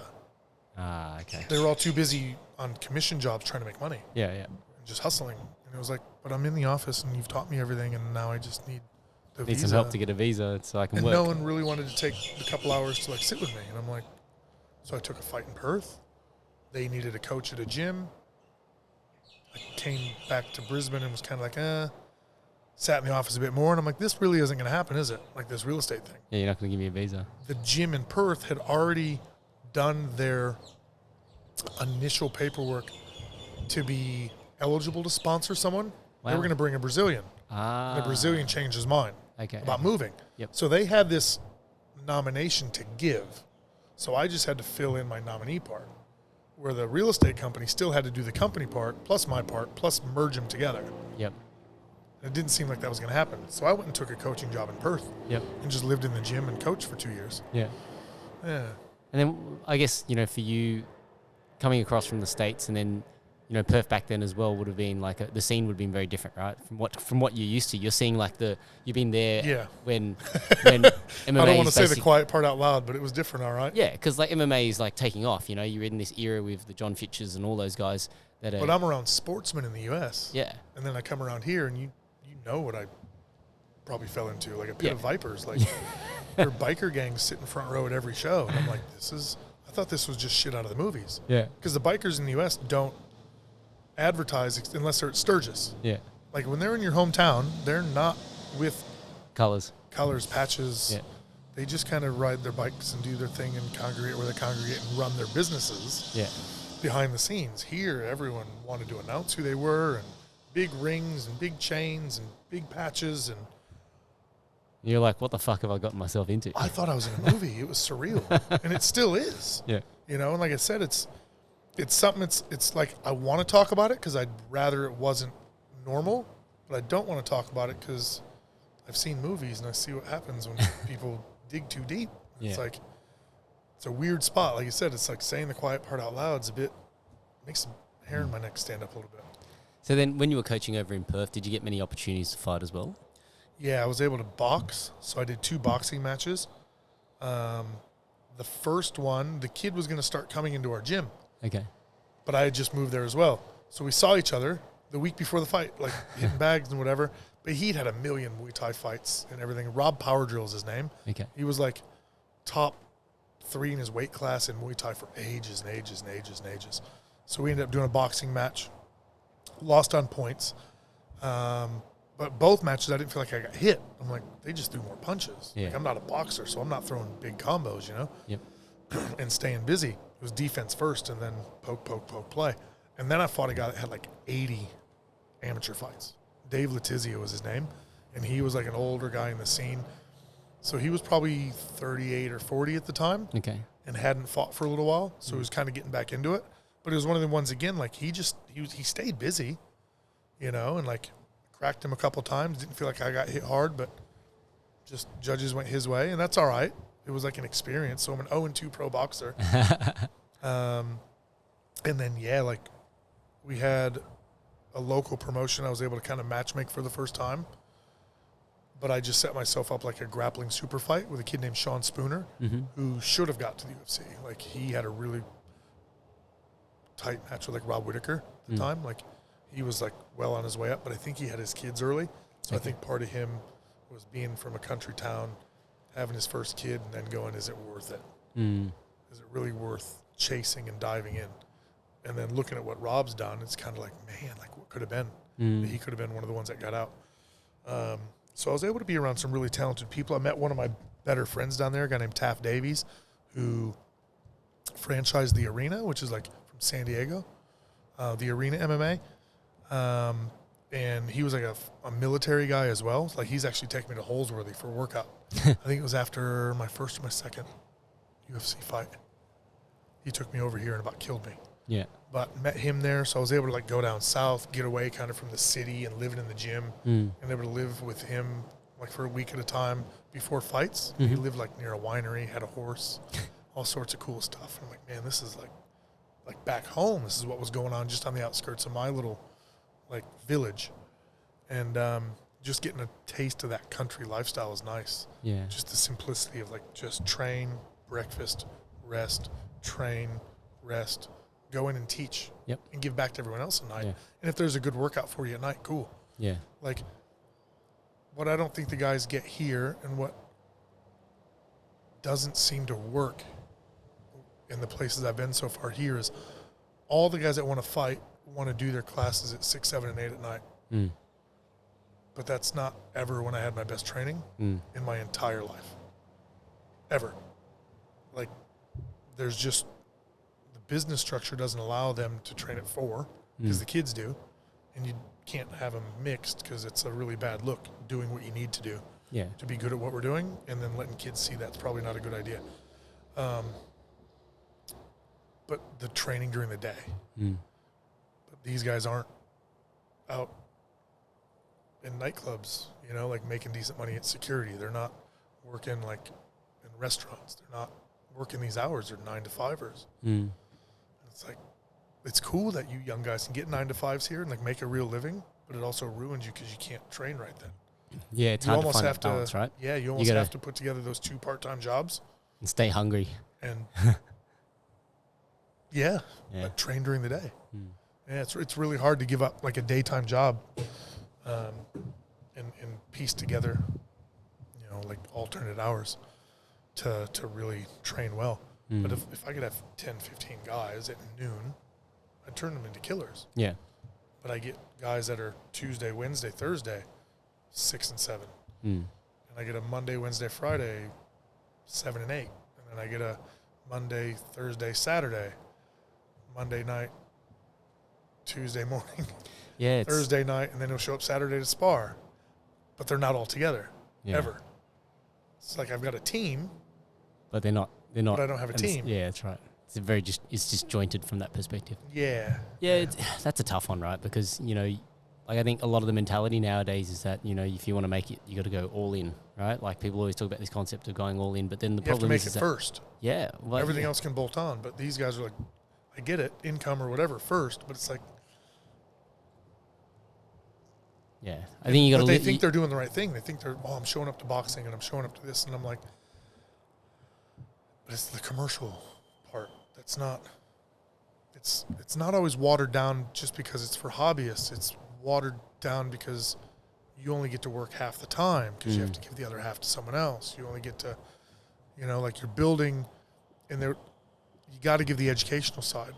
Where like if I just have real athletes that want to compete, I don't have to talk. Just train. Yeah, let's get to work. But you'll learn without me talking. I don't need to talk to you. But in the classes, you feel like that breaks up the class, gives the rest and routine, lets everyone change over, keeps the guys that are into it for not just the athletic part, but it's like it's a brain thing for them. Like they need a project and they want something to get better at and they want to progress and whatnot. And they want to know why they're doing stuff, obviously. Some want to know before they try. How about you just try it and then you tell me why you're doing it? Because sometimes that works better. Yeah, well, you got to find what is your driver, what is that motivation, right? But yeah, give me 15 guys from noon to 2, 5 days a week or 4 days a week, and I'll turn them into killers. But I just can't. So far, I haven't seen many doing that here. Yeah. So then you have to specialize. You have to do like Luke Martin and go, all right, we're running no gi, and here's our 2 team sessions a day, and everything else is for the public. Yep. And they like animals during the day. It's awesome. Yeah, it's focus, right?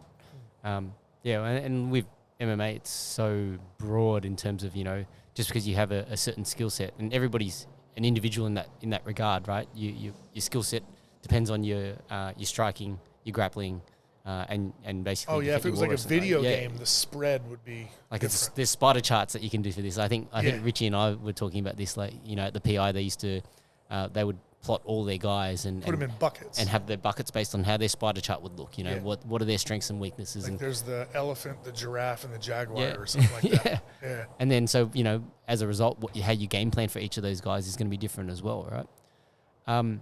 So then, how did the Tiger Muay Thai thing come about then? So I knew Ray Elby.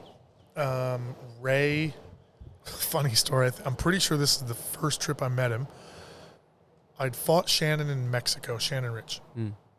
Then we were going to a show, and I was picked up with Shannon and Ray. But I think I was in a different car. I think it was like they'd picked me up, with a couple of my teammates from AKA. Mm. And then they picked up Shannon and Ray. Like, they were forced to, because they got off the same flight from the same state, Arizona. They were in the same car getting driven into Mexico. Yeah. But they were fighting each other. And the story goes that the whole time Shannon was trying to tell Ray, like, how they should end the fight. Oh, no. Because Shannon had that many fights by then. Yeah. He's like, come on, young pup. Like, Now it's really like a work. I'm going to beat you anyway. Like, let's da-da-da-da-da, and then I'll heel hook you in, like, round 2 or something. I don't know. Yeah. You know what I mean? But, like, he was putting pressure on Ray. Yeah. And then Ray, like, I don't know if he fell for it or not. Like, I'd actually have to look at the record to even see who won the fight. Yeah, okay. But that was the story. Yeah. I was like, oh, man. So this guy really is a professional. Yeah. You know? And then, again, I get caught up in all this years later. Yeah. But Ray was in Thailand and got the head coaching job at Tiger Muay Thai from the original owner, Will McNamara, who was an American that came over and just fell in love with it, I guess. He had sold, what did he do? He played like in the Canadian Football League or something. He made money like playing football. Like, he was an offensive lineman. And like, worked for Disney and had a bunch of Disney stock, and that blew up, and he sold it and had like decently Done well. Yeah. comfortable, Yep. you know, situation. Started with one ring and an office, Mm. and then grew, and then wanted Ray, and then Ray got on the internet, which was still fledgling at the time, but all over the UG, putting up photos of Phuket, and like, it was the most amazing place I'd ever seen. Now it's only 5 years later probably that I actually got to go and like see it. Mm. So I did an around the world trip from Perth. It was like $2,500. Mm-hmm. It was $2,000 just to go home. Yep. I was going to get to see all these other places. So I flew home, flew to New York, flew to London, slept on Shane Burr's couch. Hey, Shane, good to see you've opened Infinity back up. Awesome. This guy shut his gym down for a few years, but I've visited him like 2 or 3 times and like slept on his couch in his living room and done seminars all through England. So stayed there, did that whole thing, jumped over to Italy, to Rome, ran around Rome, but it got expensive. I actually had to go into the airline and find the airline and be like, I'm like panicked. I'm going to run out of money. Yeah, I need to go.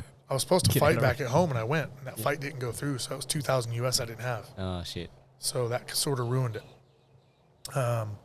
So I get to Rome, spent like 2 days there, got yelled at for jogging with my shirt off by some old lady, didn't realize why. Went all the way to the Coliseum, lapped the Coliseum, did some like box jump stuff, and came all the way back. And one of the Carbonari kind of looked at me, and I had a chat with him, and he spoke a bit of English, and he's like, yeah, only by the sea can you have your shirt off. So that's why that old lady was yelling at me early on. I didn't realize. Yeah. So I was breaking like a social contract. Did you have the up arrow shaved in? No, only on fight days. I can do 2 now. I can do one on my back. Don't know if I'm coming or going then. So, ended up going from Italy, then to New Delhi, Kathmandu, Thailand. Wow. Thankfully, when I got to Thailand, I was like taken care of, right? So having like 60 fights by then already, I was able to teach like a seminar, taught some of his classes when he went off to corner someone. He went off and cornered a guy named Andreas Hasselbeck, who was like their like video and whatever guy at the time, and also an assistant coach. He lost a really bad decision. And he was telling me about it on the phone, like as he was coming back. And so when you get back, we'll watch it together. We'll take notes. So I literally got that fight overturned with like a paper I wrote. Wow. Like broke down round 1, 2, and 3 and said that's impossible. This guy won the round. He had no control. Yep. The striking was in our favor or non-existent, da-da-da-da-da. Literally got that fight overturned. Wow. So I think I ingratiated myself with Ray off that and the boys. And then I kept going back to train, and then Ray was on the outs. Like there was like stuff going on with like Phuket Top Team and Tiger. The lady that owned it up there like had come down like carrying a gun looking for Ray and threatening and yelling and all sorts of crazy stuff. He was pretty loose on the internet with his words. So I can only imagine in person how he was. So for all of his skills, you know what I mean, there was also some like just calm down. Calm down. But yeah, drama. So Ray was on the outs. And I just said, look, I would come back here and work if you guys offered. So when I left, the next time they offered. And I told Alicia, like, I just won my UFC debut, and they finally, like, offered, like, soon after. Yeah. So I'm like, yeah, give us a couple months and we'll be there. Yeah. So we moved over in 2013. She sold a house here in Casula. We went off and did that. 2014 came around. I finished the year, like my 6 months, because I only had to work 6 months each year because I was fighting still. So I knew I'd fly and travel, and I was like, let's just do a 6-month contract to make it fair and not pull, you know. So Roger Huerta was on board by like late 2013 as well. Yep. So like both of us were still competing, so that worked out really well. Alicia and I got married like in August. I went and fought in September and fought John Howard at UFC 178, and then we stayed stateside. Stay in the States. Yeah, we stayed, and then we kind of like worked back into the Western world. Yep. So I went back to the U.S., lived in Florida for a little while, moved up to like my hometown, came back and visited here, fell pregnant. So that delayed moving back to the hometown. Yep. Went back to my hometown for like a year, went and lived in Singapore for 7 months, 8 months, and then here. So when you went to Singapore, well, that was with Evolve, That right? was Evolve, yeah. Yeah. So what was that like? The guy that was the general manager at Tiger Muay Thai, Will Elliott, went to Evolve. Started is that working what for happened? Evolve and won. Okay. So when they were looking for a coach after Heath Sims, Olympic wrestler, Dan Henderson, teammate, blah, blah, blah, blah, blah. He was going to be on the outs. He was going to get married, had his kid, was going to stay. He stayed on and coached classes, but didn't want to be the head coach anymore. So they went without a coach for like 7-8 months, and then I filled that spot. And it was a good time because we just had the baby. She was like a year old, had her first birthday in Singapore, and I was able to work all day. She was able to raise the baby. There was a bit of a disconnect. Like, we still had time together, and I wish we would have had a little more, but it was like, take the train, come in, come do lunch, da-da-da-da. So it was tough for her, but it was also maybe easier than trying to live on a 2-income, who's going to take care of the baby kind of thing, because we've done that with this one. I've taken care of the baby when she's at work. We tag out. I go to work at night, da-da-da-da-da. So it's kind of a damned if you do, damned if you don't. You know, being a dad yourself, it's tough either way. Yeah. So we had a very clear, like, split. But it was interesting living over there, like street food, like everything's, they don't use the word organic because it's all just whatever you get. It's organic. cooked. You know what I mean? But it's not, there's no pesticides, there's no this, there's no, like, you just got to make sure it's hot. Yeah. You buy it off the side of the road. Yep. But yeah, I love the street food thing. There was definitely the 5-star, 6-star lifestyle over there too, but I never visited Sentosa. We never went to the top of the Marina Bay. So you basically just, stayed close to headquarters, really, then? Yeah, just live simple, to be honest. Yeah, like, we'd traveled enough, she and I, like, we'd seen heaps of stuff. She still cut. I love you, Alicia, but she still cut that we didn't go to, like, the top of Sentosa. It was like we had her dad there. Her dad didn't want to go. He's not big on heights. You know what I mean? So it was like, what do we do? Like, pay $75 each to go up there to leave your dad downstairs. Yeah. Or do we just send him home and then come back some other day? Like, I don't know. It was like $150 to go up there to do what? To buy a $35 beer. Yeah, that's right. To probably not even jump in the swimming pool. No, that's right. You know? So, yeah, we kind of left all that alone.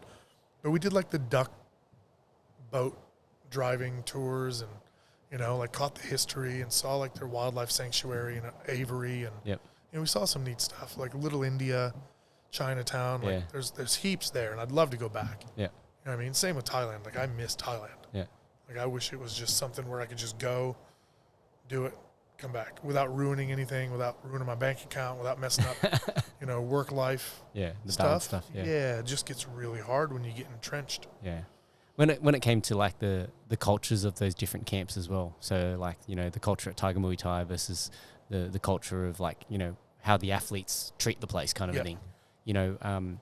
Were there any main differences that you noticed, especially because you've been, like, you've been in the US gyms, you've been in Australian gyms, you've been in Thailand gyms, you've been in Singapore gyms. Like, are there any, like, sort of common things that are common and things that were very different between them? So the biggest difference in Thailand was everyone left home to go. right? No one was from there. Yeah. So there's no like hometown crew and then visitors. Yeah, okay. You know what I mean? In Singapore, like, no one was from Singapore, but they were all employed and had lived there. Yeah, okay. So there was that hometown crew plus then visitors. Yeah. When you're in like the U.S., it's hometown crew, hometown crew, hometown crew, hometown crew, Yeah. and a random one or two stragglers. Yeah. You know, so I think that mix is very different. Like the not home field advantage, but like you're around natives. So in Evolve, it was all these champions brought in, given coaching jobs and told to fight for one. In Tiger, it was a bunch of people on way different paths from way different places. Some guys were only there to do Muay Thai. Some were only there to do BJJ. Some were only there to do fitness. Like, Yeah. You know, there's a huge fitness class that goes underappreciated at Tiger. So is that people who have come there specifically for the fitness class, or is it just like convenience because they're in Thailand on holiday? No? Yeah. Yeah, wow. Take a fitness holiday still. Same way we do a Muay Thai holiday. Yep. They're doing the same thing, and that's where, like, it's fantastic that was there because guys like Andrew Wood, that runs around with Volkanovski and is always present there, is able to make a proper living because it wasn't just high-level athletes and then no one. Yeah. It was high-level athletes plus the big general group. Yep. So then you get privates out of the group, you get the group, and you get the high-level athletes. Yeah. So the group and the privates could be your base. High-level athletes could either be charity, or sometimes you get lucky and you might catch on and like get paid well by some of these guys. But a lot of times, I just want to work with you. Yeah. You know, like I know that happens Yeah. a fair bit. It's just like, yeah, no, happy to work. Like there's guys at Tiger that got like free housing stipends, but it's like, but he can afford it. Yeah. How about you give it to the kid that can't afford just it. Yeah. like there's guys that weren't in the UFC that obviously had a lot of money behind them. Yeah. Sometimes getting free stuff, and there's guys that were just getting to the UFC, and we know they're not getting paid well, and they're living off that 6 and 6. Yeah. I was like, give him he's just as famous. Like he's going to be just as useful on content and sharing and catching eyeballs. Give him the free thing. That guy has. He's already got a lot of backing. He's got that Chechenian dictator dude like buying him cars. Like he doesn't need a free apartment. Yeah. You know. So yeah. Like I think that's a little bit like, you know, when you're looking for a place to eat and you walk past a whole bunch of different restaurants and you look inside and you look at which ones are busy, and then you see the ones that are busy, you go, okay, I'm going to eat there. Yeah. That's that attitude. You know, everybody's happy to jump on the bandwagon when somebody's already gotten the party started, but you know, there is some merit in actually trying to get the party started. Yeah. Yeah. Yeah, it's a nice little project. Yeah. It doesn't always work out, but yeah, it's still worthwhile. And then, you know, there's that coaching maxim where it's like anybody can take a polished gem and put them in a box and open it up when it's time to have a party and put it back in and keep it protected. But who can take it? Who can take a beginner? Yeah, take it from a stone and start chipping away and Yeah.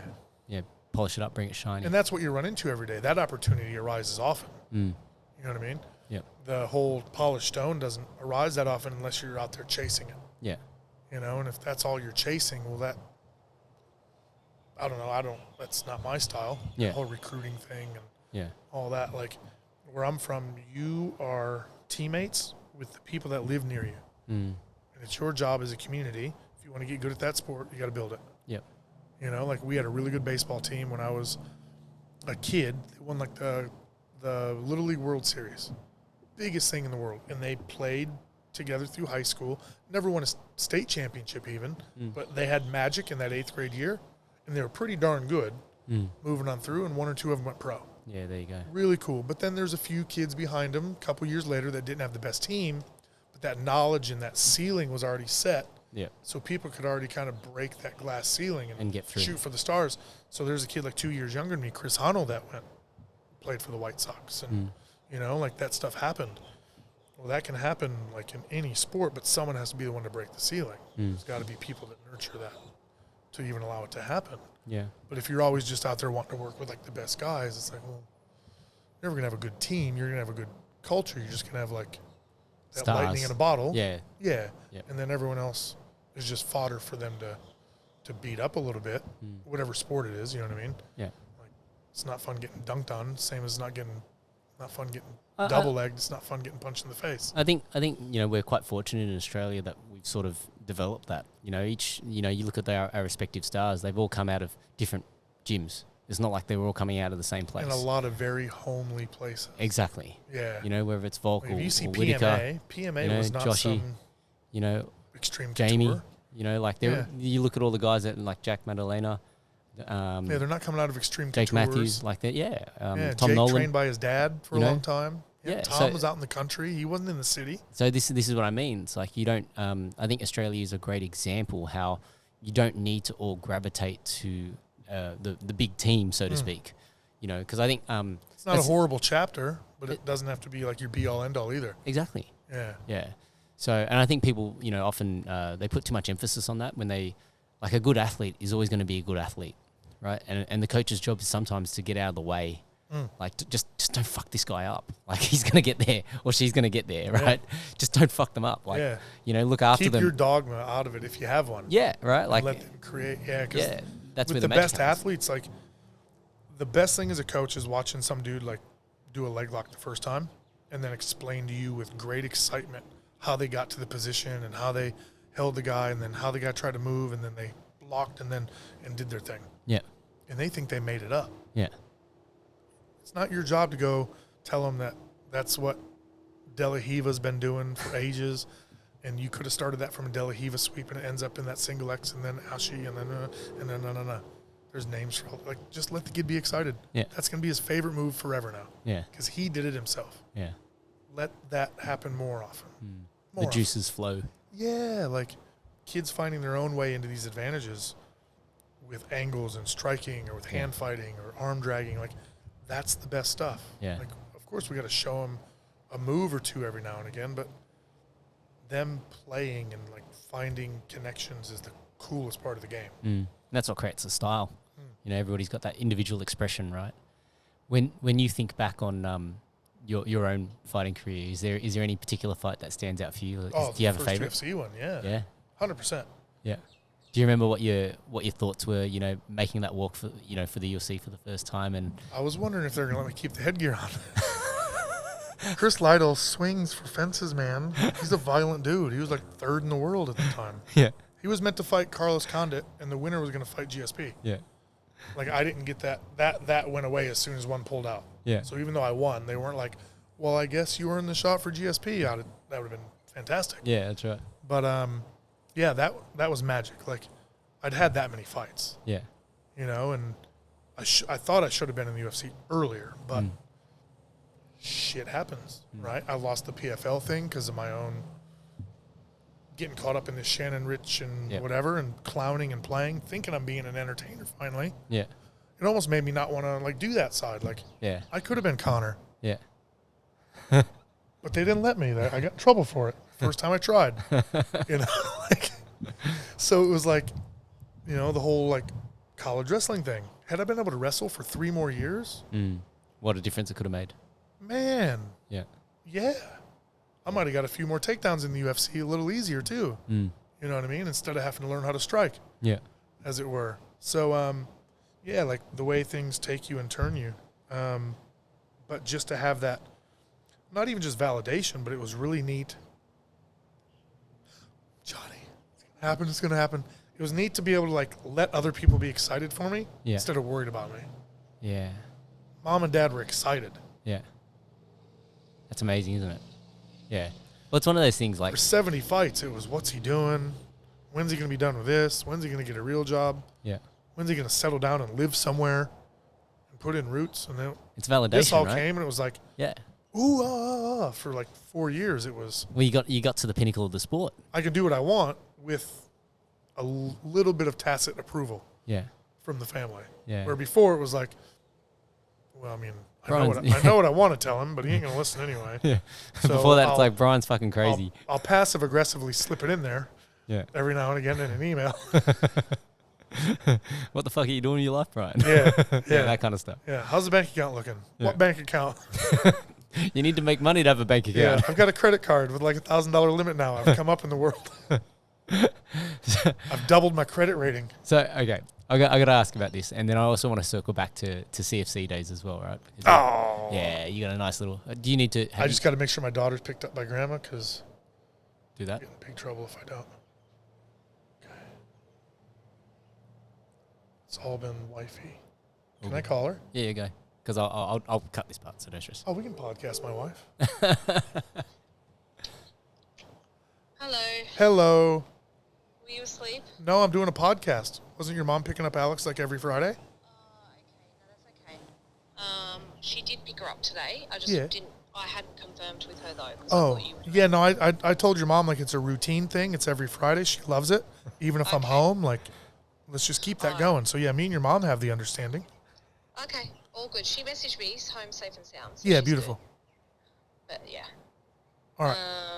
All right. Do I need to get pizza base and bits and pieces? For yeah, or we can make a pizza base. And can you get some tissues? Because I was just crying during my podcast a little bit, just like one or two. No big deal. Got tissues there. That's fine. Thanks. All right. I love you. Ciao. Bye. All right, daughter's safe and sound. All right, that's the most important thing. So, it is. Yes, you got CFC days. No. Let's go. I got to ask about this first. I want to ask about. Okay, you got to tell the story behind why the up arrow. Oh yeah. Of the chest hair. All right? So it's funny how all these names kind of circle back in Yeah. this orbit because we all think it's a big world, but it's not. It's not. So Luke brought me over to fight Dylan Andrews. Mm. Went Ultimate Fighter, UFC, did well. He put the nickname on the poster without telling me. So I just showed up and I'm the bad boy. And I'm like, well, I'll live up to that. Yeah. So KO'd Dylan from his own guard with a good right hand and then stood up and did the McGregor, like fell back. Like I was dead. Stood up and was like, bad boy. Out of town guy wins. Haha, you guys don't like me anyway. Then the next fight they offered me a guy that had been training in Thailand at Tiger, coached by Ray Obi. So like I called Ray. I'm like, are you sure you want to bring this guy over? You know, like having a laugh. But then I was able to look him up, and he was a blue belt, and I saw him do a blue belt BJJ comp. And I'm like, no hope. This guy's no hope. Yeah. I don't care how good of a striker he is. He could have been Rico Van Horven or whatever. Yeah. Right? He could Yeah. have been, As long as you can take him down. he could have been Rod Tang You can ice at him. middleweight. Bro, I saw him grapple, and I'm like, I'm going to kill this guy. So at whatever hotel we were at down there near Luna Park, got a bit bored on weigh-in day. Shaved an arrow into my chest and left like the goatee. Yep. And just said, you got to hit me in the chin like to beat me. That was my whole shtick for For like that fight. That's why. And then it stuck. Yep. So with Hector, instead of like leaving the hair as the arrow, I left all my hair and I shaved out the arrow. I was trying to be like real like sneaky with Hector, and it worked because I didn't really get hit much. Yeah. So that was all right. So the arrow just stayed from Okay. then on, but it So came from that's just why. the whole, you've got to hit me to beat me. Yeah, nice. I'd only lost a couple decisions like to other wrestlers at that stage. So I wasn't worried about anyone over here out wrestling me. So it was mostly like, you've got to hit me to beat me now that I'm on this side of the world. So yeah, we had a laugh with that. And for you, like, I'm a little bit curious about that feeling of being in the cage for you. Like, do you find that to be like such a, like the most free you can be? Or how do you feel in there? Fucking hated it. You hated it? I'm GSP-ish, I guess. Yeah? I did it out of necessity, and I did it because I knew I could make it toward the top, and I could like pay my bills and like build a platform. But you threw some wild shit. Like, to me, like a person that throws wild shit when you get in there, you have to have some level of like, yeah, I fucking made love this. myself throw the cartwheel first against Chris Lytle, Yeah. so I could loosen up Okay. because I'm a real slow, stiff Starter. starter. Yeah. Yeah. So there was a bit of, okay, so that was a bit of a, like a game plan sort of a thing. 100%. I Yeah, said, start I'm gonna something do that's it. fucking crazy and then, I said I'm just going to start with it. yeah. Just so I don't have to think about when to do it. Okay. Because if I do it later, it's just off of flow, Yeah. right? Yeah. But yeah, I programmed that one. Yeah. Yeah. Backstage, I always felt like I had a dead battery. I never felt up and amped. I never had the John Jones jumping. I felt if I was doing that, I was wasting energy. I was already like, Yep. not that I was tired, but like sometimes you're fighting 10, 11, 12 Yeah, you got to at conserve night energy. as well. Yeah, yeah. Fighting at midnight. Yep. It's not normal. No. No one trains at midnight. Yep. You know, well, for a couple of years I did because I was living in the gym in Perth. It wasn't horrible. Yeah. But like I should have went back to that because it's so odd fighting at these different times of day when you're usually spiking your energy. So it's a bit different, but like watching John Jones and Tito Ortiz like do plyometric, like jump, pull knees, and like getting all, man, I wish I had that energy to start the fight instead of only after something good happened. You know what I mean? Yeah, well, I think it was that almost like I needed to get going. Yeah. But yeah, it was tough. It was not fun. Yeah. And I'm sure there's stuff I could have done differently because it's all mental. I tell these guys, you're not getting tired physically.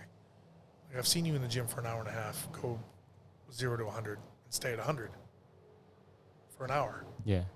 It's that pressure, though. Yeah. It's the pressure that makes you feel like, you know, because even when you're sitting in the back room, even if you're tired, like your heart's still probably 70, 80 BPM, just going boop, boop, boop, boop, boop, boop, in the anticipation that, because you know what's coming. Your body knows what's coming. Yeah. I can't imagine, like, you almost need that speech from old Leonidas in 300. Yeah. You know, that gets me ramped up even thinking about it. But can you imagine, like, knowing that battle is coming? Yeah. Like, we've talked about just competition with a referee that'll stop it. We're talking about death. Yeah. You can only imagine the flat battery some of those guys must have felt until you got to get going. Until you had to swing at someone, it is life or death, right? Or until someone swung at you. First arrow's thrown, and I guess, okay, no time to feel sorry for myself or be nervous. Yeah. But yeah, it's almost like central nervous system wants to just sit on low. Yeah.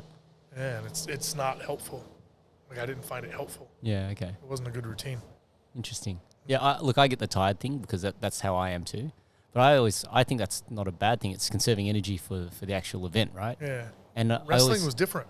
Wrestling was different? Wrestling was pee 4 times and just keep going back and forth to the toilet while you're trying to warm up next to a mat. You know what I mean? And, like, you get going. Like, it was just, let's go. Yeah. First match of the day was always the tough one. Yep. Right? And then usually you loosened up through the day. Yeah. But, yeah, like, wrestling was way different. Okay. But I think the getting punched in the face, a lot of people watching, probably that didn't bother me that much. And then half of your money is tied up in the result. Yeah. That sucks. Yeah. Like, that's not cool. It's hard. Yeah. That needs to change. Like, literally, you're telling someone half their money is tied up in the result. Yeah. It's like, what other job does that happen? Yeah. That's weird. Yeah, it's basically like having a commission plan, but yeah, you're only going to win it. You've only got a 50. It's do or die. It's like flipping a coin, heads or tails. But we're not even talking about big money. We're talking like 10 and 10. Yeah. Well, it's doubling your money, right?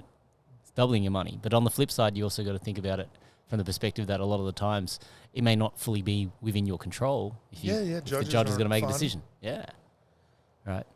And there's even like the dude shows up and doesn't make weight. Yeah. Well, now what do you do? What do you take 20% of? 20% of 10 grand is $2,000. Yeah. To fight a guy that missed weight by 6 kilos. Yeah. Or be ostracized by Dana. Yeah. Whoop. You know, like, that happens. Yeah. Like, Stephen Thompson just had a big issue. And he's talking, like, big money. He's like, well, I'm on whatever I'm on. What if he's on 200 and 200? And he's going to go fight some dude that didn't cut weight. Yeah. And that just lasts him to a decision.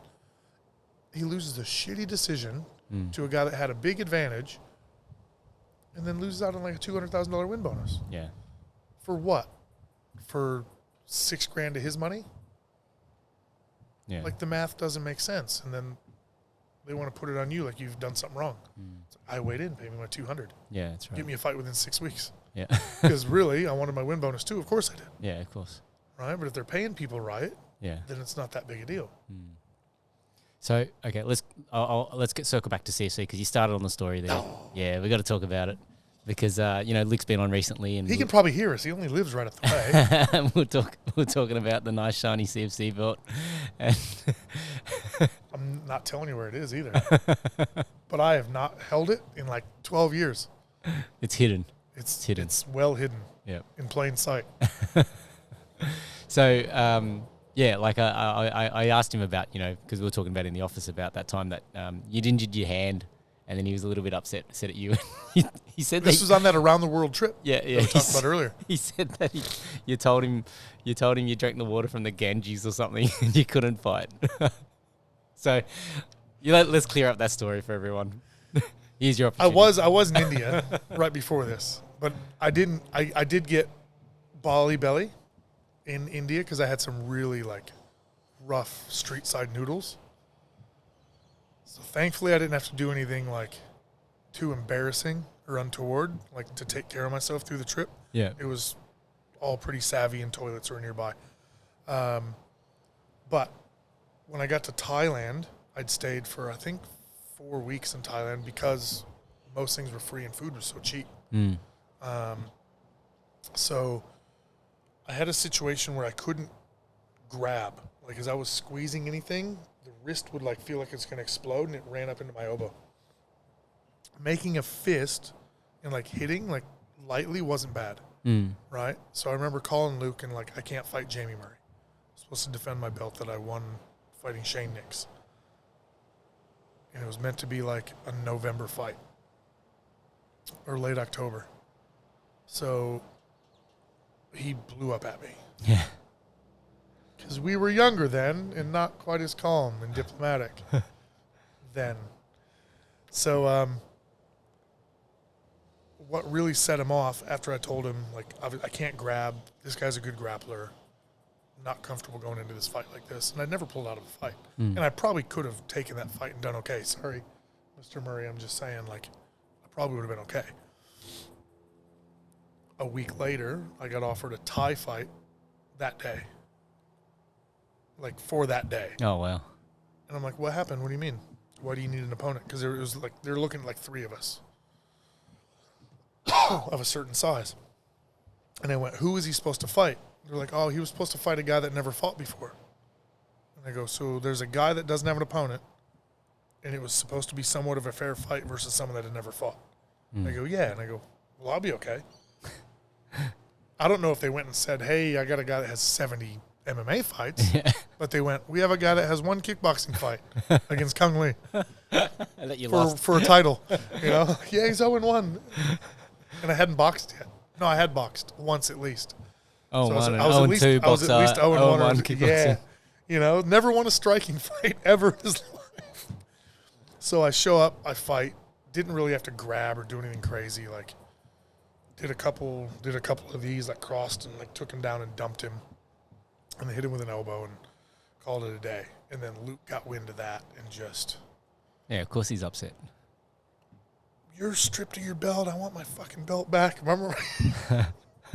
And I can't even imagine the cheeky shit I would have wrote him. I would have probably said something kind of smart. Yeah.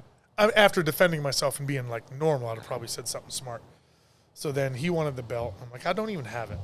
A friend of mine had had it for quite a long time. Like, the only hint that I had about where my belt was my mate took a photo of him in the buff with the belt around him. Oh, there you go. And sent it to me.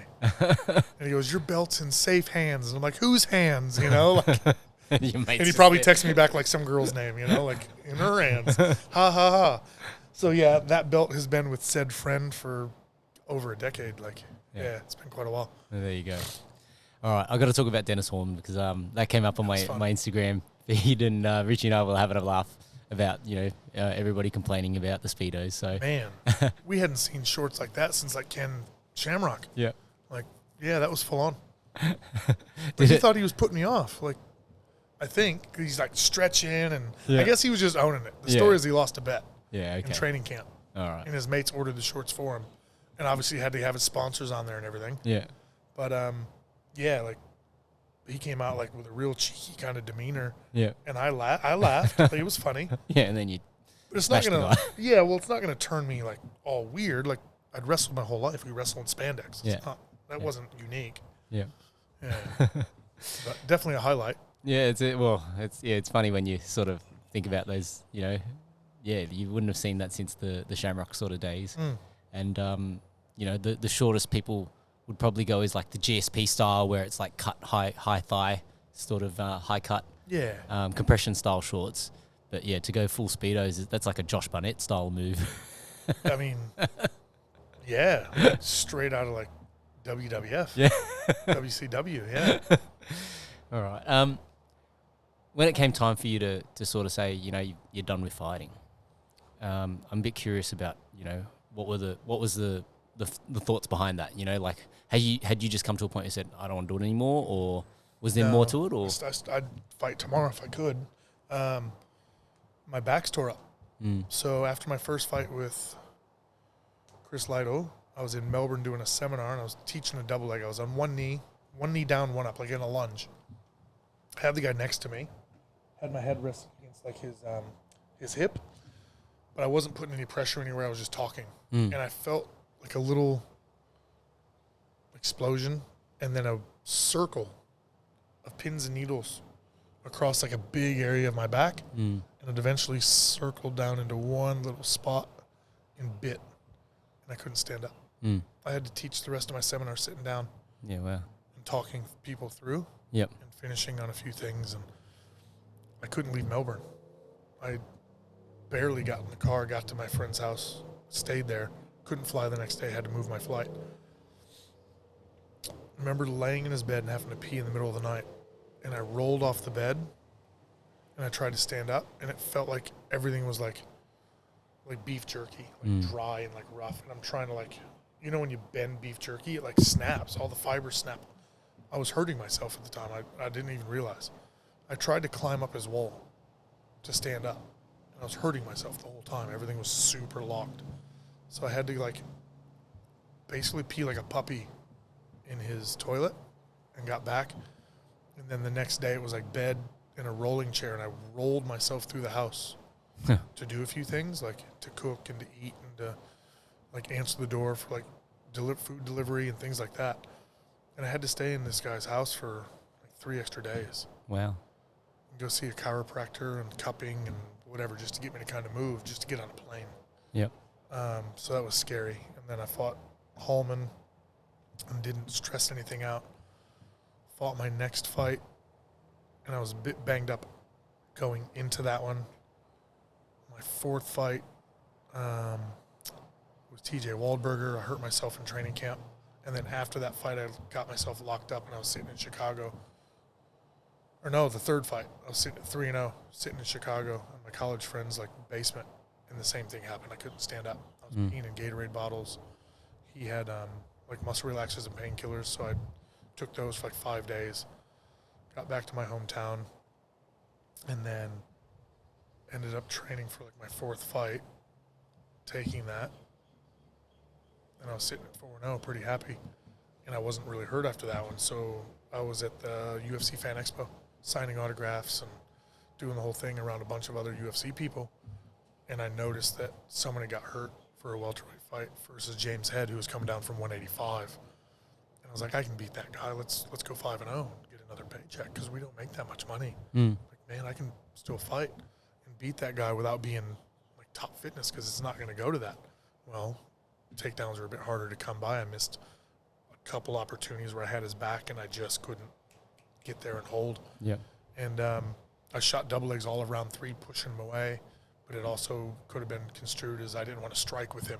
But I'm like, I'm attacking and he's leaving. Yeah. And no one's hitting each other, and I'm trying to wrestle and he's leaving over and over. So I should have just stood there and threw a couple jabs and leg kicks and won the decision. So I lost a split decision. Now all of a sudden I'm 4-1, knowing I still have a tore up back. So like the title run was done, because I couldn't go 5-0, 6-0. With a hurt back against the top level guys, I knew in my heart of hearts that couldn't happen. Yeah. Like I would need first round knockout, easy takedown, lay inside control, type stuff to happen. I couldn't battle off my back. I couldn't battle through certain positions, headlocks and all that stuff over and over and over to win like 5 or 6 fights. That was going to take me to get back that momentum. Yeah. And you see like John Fitch goes 9-0, still didn't get a title shot, or 7-0, 8-0. And it was like a question whether they were going to give it to him. So it just wasn't a fun place to be. So I fought a couple more times to like keep my bills paid and work on my exit. So I started looking at real estate and investing in real estate, and just trying to set myself up for after. And it worked out okay. Not rich off of it, but at least I put my money to use and didn't blow it on watches and cars and holidays. So yeah, I got a little bit of money left over from fighting days that helped. Yeah. Well, there's a lot of guys that don't think about that, in the sense that when you're fit and you're doing well and you're on top of the world, you go, fuck, I'm going to do this forever. But sitting there with $100,000 in a bank account would be like having it in a piggy bank for some kids, Mm. where it's like, I can grab it and Yeah. do something with it. And I was like, I don't want to do that. Yeah. So went and bought a house, renovated it, rented it out. Yep. Kept it like in a business account. Like Yeah. that. So I was very slowly getting that money back. Yep. Over time. Mm. So then, I'm also curious, mentally for you, because I think transitioning out of competitive fighting is a very difficult thing for a lot of guys. It is. Right? So we make it harder on ourselves too, because we don't really have the balanced view of like life. We just think, again, we're almost being selfish. Like right now, it's like, put on your bigger story arc. You're always going to have this day. It's okay. Yeah. Yeah. So I guess, for you, you probably having gone through those darker times when you couldn't wrestle anymore, that probably even broke the back of that for you, and in terms of like, I'd felt it before. Yeah, you felt that before, yeah. right? Yeah. So then when you basically, realize that, hey, you're not going to get to where you want to be and that's enough fighting for you, did you have that same sort of down period, or? I was trying to keep myself busy with everything else. Okay. So like I said, I was like, after my last fight, it was like straight into like renovating a house. Yeah. An old house in Florida. And they were offering to get me knee surgery. I had my advice that I needed to get my meniscus cleaned out again and all sorts of stuff. And I was like, well, I want to finish this house first. Mm. So that kept me busy. Well, the pain went away after like 2 weeks. Mm. And I already knew it was going to come back because I've already had knee surgery once. But I also know that the more times you open up a capsule, the oxidation and all that stuff, like that's a long-term killer of a joint. I'm like, I don't really need them in there if it's only going to be like a minor thing. So like I talked myself out of surgery by keeping myself busy and doing stuff like that. And to this day, like I'm better for it, I think. I'm glad I didn't. Okay. But mentally, like having another project helped. Mm. But of course, like when you're laboring, you have time to let your mind drift. So of course you drift to like, man, I wish I was in the gym. Yeah. Or like, what would my next fight have looked like? Things like that. Yeah. But after a while, it got back into coaching.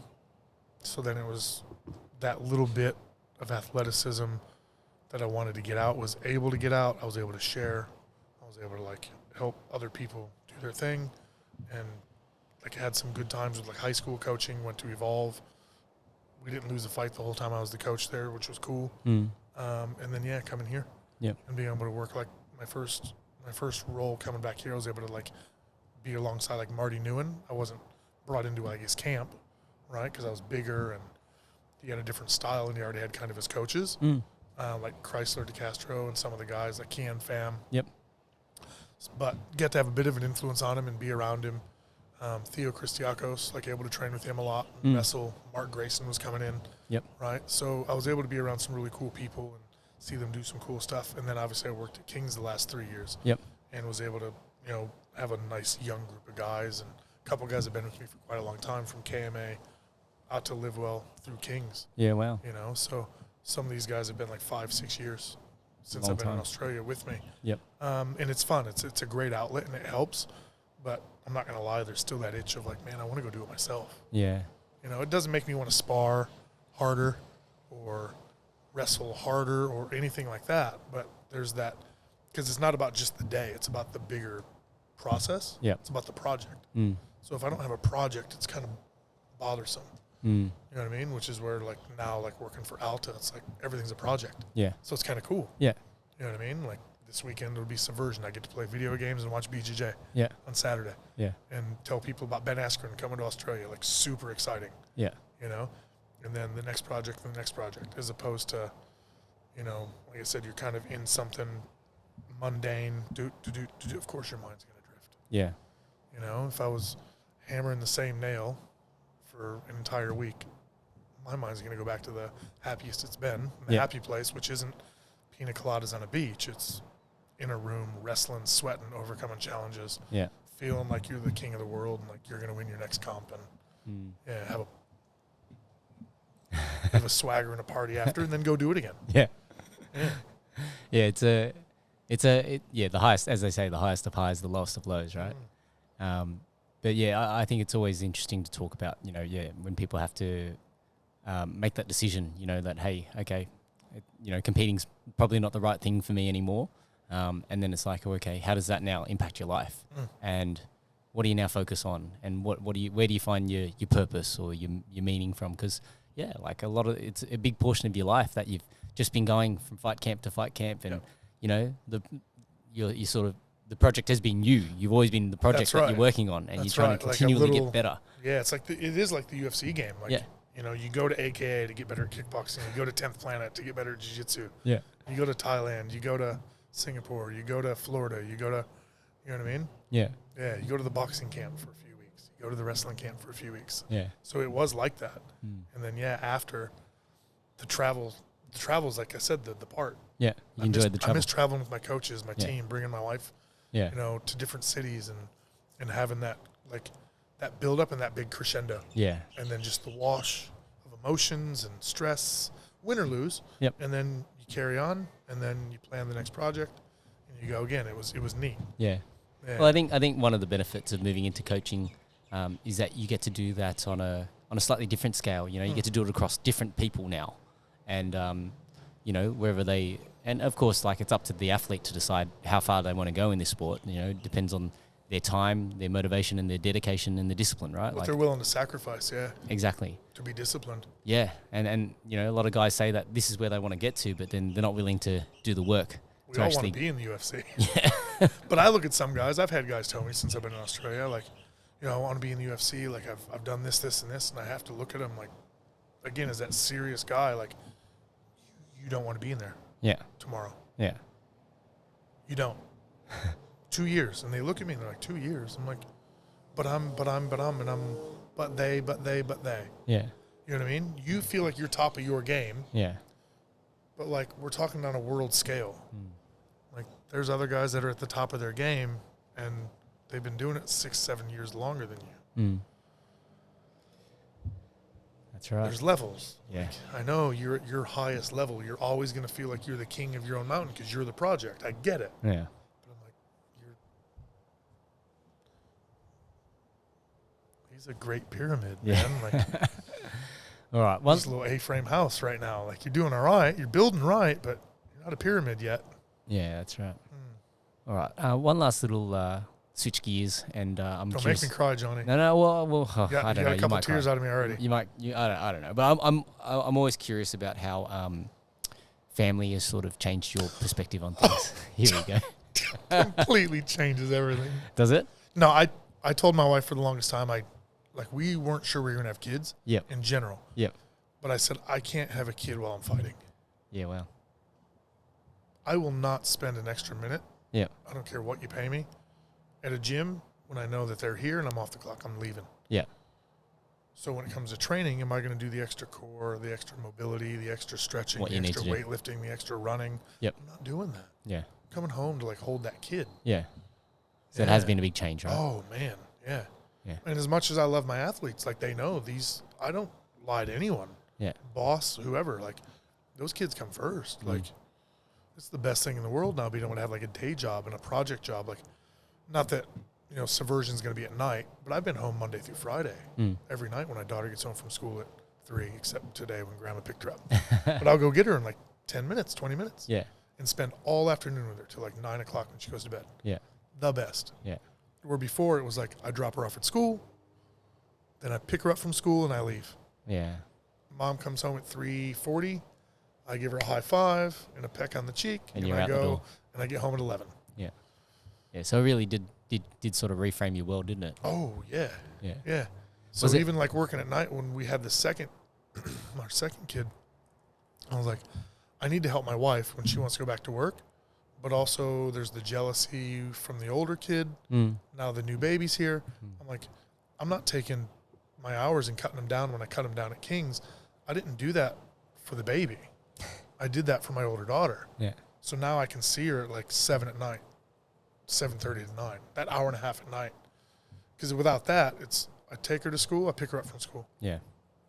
And then all she would ever see was I've been with the baby all day. She'd see all these photos or videos that we post and show and share or talk about, you know, and I'd talk about, oh, the baby did this and this and this and this and this and this and this to my wife, and that's all my daughter would hear. And she'd be like, well, you don't have any stories about me because I haven't seen you all week. Yeah. You know, so, yeah, it changes everything. Yeah. You've got to, and I've been fortunate enough to, like, save my money and be okay and have a cool wife, you know what I mean, to where, like, it was okay. Because I know some people in Sydney, like, no, the money still has to keep coming in. Same rate no matter what. Yeah. It's like, but it doesn't. Like, we don't need lip filler, Botox foreheads. You know what I mean? We don't need a Merc. Like, it's okay. Yeah. You know, like I drive a 2000 Holden. The old faithful, mate. That's the most important thing. As long as it drives, starts every time. Previous owner serviced it every 6 months. It was done well. I've roughed it up a little. Yeah. You know, like scraped it on the edge of the house and whatnot. But yeah, like just live simple and take care of the things that matter. All right. Yeah. One more little topic I do want to get into is the matchmaking side of things, because you've obviously, you know, we've talked about it, how it's been a part of your career the whole way through. Something I did for free for quite a long time. Yeah, and then so at what point did you realize, oh shit, I can actually get paid to do this? So I first match made properly for XFC. Yep. So they were the ones that had me over here first to fight, but they'd changed owners since then. So a guy named Matt Walton bought it from the previous founder, like Justin Lawrence. Yep. And Justin got out of MMA. So yeah, I think it was just us going over there and fighting the first time, and then them being able to sit with them and chat because of the relationship I had with Justin.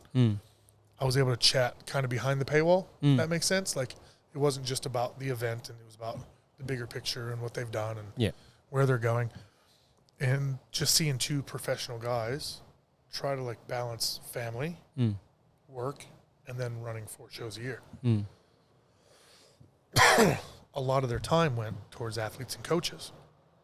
And I said, I like doing that. I don't find it hard. And they found it was for them, they would say it's tough. I'm like, it's time consuming, but I didn't find it taxing. Like, even if I get a rough answer from a coach or no answer, or I get ignored for a little while, like, it doesn't kill me. Yeah. You just keep running the process, keep putting things through, and a fight card's going to come out. Yeah. So was able to do that for them for a while. Knew the baby was coming, so stopped with XFC. Yep. I'd matched, like, Demolition's first 2 shows in Melbourne as well for Wayne Carl. Yep. Which was really cool. And then he's got a local matchmaker now. Yep. Josh Warner. Yep. Which is fantastic, and they're doing a great job. It's really good to see someone, like, a nice guy, get in the sport and make it. Because a lot of times it takes, like, the bad guys and the extra funds to kind of see you through your first couple shows. So that's a real feel-good story. And then Craig Jen here, you wouldn't have known it. A couple shows ago was like his 10th anniversary show. Yep.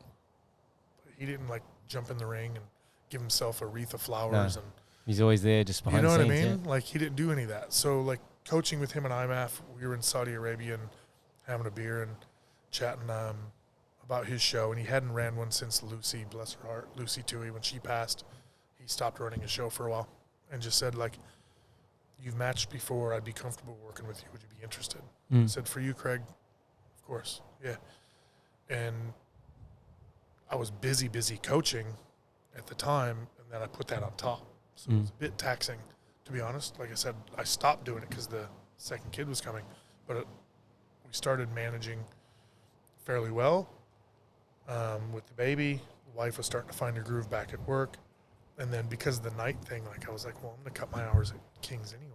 Yeah. So then that let Craig go, well, hey, I'm going to run 3-4 a year. Yep. As opposed to, I'll run one, and then 7-8 months later we'll talk about another one. Yeah, now we can plan out. He was. Yeah, so now he's ready to go for a year all the time. Yep.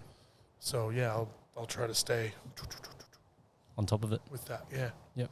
And he's the promoter for the Alta show as well. So I'm obviously in the Alta office and then with him, so, like, trying to help bridge the gap and coordinate a bit. Yeah. Not horrible. No, I think it's all going to work out well. And I get to match, like, I hate to damn you, Jono Mislev. God damn. Beat Luciano. Luciano's Yes, like, he did beat Luciano. I've known Joey since he was a teenager, Yes. and he stopped training for a while, went and did the right thing, saved all his money, worked hard, got his apprenticeship, got his whatever, came back, and he's killing it. Yeah. You know, and been so proud of him, and I'm super proud of the way he's even handled this loss. Like, he's done really well, and I know it's killing him inside in some way, but like he's got really good mates around him that are still keeping him going. He's golfing on the Sunday and in the gym on Monday, still doing his thing. But I gave like John O'Mislev his first fight for Demolition. Yep. You know, like I matched Rob Whitaker with one of my guys in Perth for his first fight on a Justin Lawrence XFC. Like, again, these names that kind of keep coming around and seeing where they're going. It's kind of exciting, neat. Isn't it? Yeah. Yeah, it's actually really neat. Doing an all-girls show. Yeah. Hardest thing I've ever done for XFC. XFC 49. We want to do an all-female show. I'm like, there's no females in the country that want to fight. Can we at least do some Muay Thai in the cage? So we did 2 Muay Thai fights. Yeah. And I get to meet some really cool people from Sydney and brought them over. Yeah.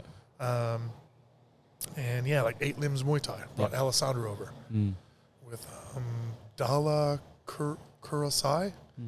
Coolest T-shirt I've got. It says Dala Dala Bills, y'all. She's got like some Notorious B.I.G. T-shirt. Got to dig that out and wear it again soon. But being able to like see all these people, meet all these people, see like different styles, like different views, like of the sport. Like, not everyone looks at competition the same. No. You kind of think they do. When you're a kid, you think, oh, well, everyone must look at it the same. That's what it is, right? You realize that we don't all have the same software. No. You know, hardware, easy to compare. Yeah. Software, not so much. That's right. Yeah. So there's so many things that go into that, right? Like how you're raised, the environments that you're in. Like, you can almost see it, especially like when it comes to like when people grow up in particular gyms. You know, there are certain gyms that have to bring like this really aggressive style and hostile style of energy. And that's just, you know, I think that's become part of their culture. But, you know, and I guess for me, like, you know, I've never really resonated with that. That's not my style, right? Like, my style is always I can work with anyone, you know, like I could be in the same room as a mate and then go, you know, spar with them and punch on and whatever else, and everything's fine. Like, it's not gonna really bother me. Whereas I know some people, like, they have to not like the person that they're fighting. Yeah. Right? That's always interesting, right? Yeah. You know? Yeah, it has to be like the enemy. And Yeah. And so whatever helps you like punch a hole in someone's head, I guess. Yeah. All right. Well, I think that's a great way to sort of bring this one to an end, unless there's anything else you want to share, any other stories that are lurking in there that you want to... No, I mean, to be honest, I want editing approval. I think I'm going to have to cut out half of this podcast anyway. Half of it's embarrassing. All right. If people want to find you, it's just at Brian Ebersole, isn't it, on Instagram? Is that the best way to find you? Or? Yeah. All right. And so... Brian Ebersole on Facebook. And okay. Yeah. So, people looking to fight, compete, you know, reach out. Brian's obviously matching people for the Showdown shows. But tell your coach, because I want to talk to coaches, not athletes. Yeah. Mostly. Yeah. Like, I don't mind an athlete that's fought a bunch, reaching out kind of on their own, but you young guys, please put it through your coach, and then I'll talk to your coach, and he'll give me a whole list anyway. That's better. That works better. Yeah. Yeah, it's a lot easier for you to manage as well. And it's the way the coaches like it. Yeah. So I don't get in trouble, because some coaches, when a kid messages me and I message him back and then I message the coach is like, why are you talking to him? Yeah. Well, he messaged me. I'm not really talking to him. I talked to him long enough to figure out you're his coach. Yeah. That's how long I talked to him. That was mostly the extent of what we said. Yeah. Yeah. I got some 0-0 blue belt that's your weight. Who's your coach? Yeah.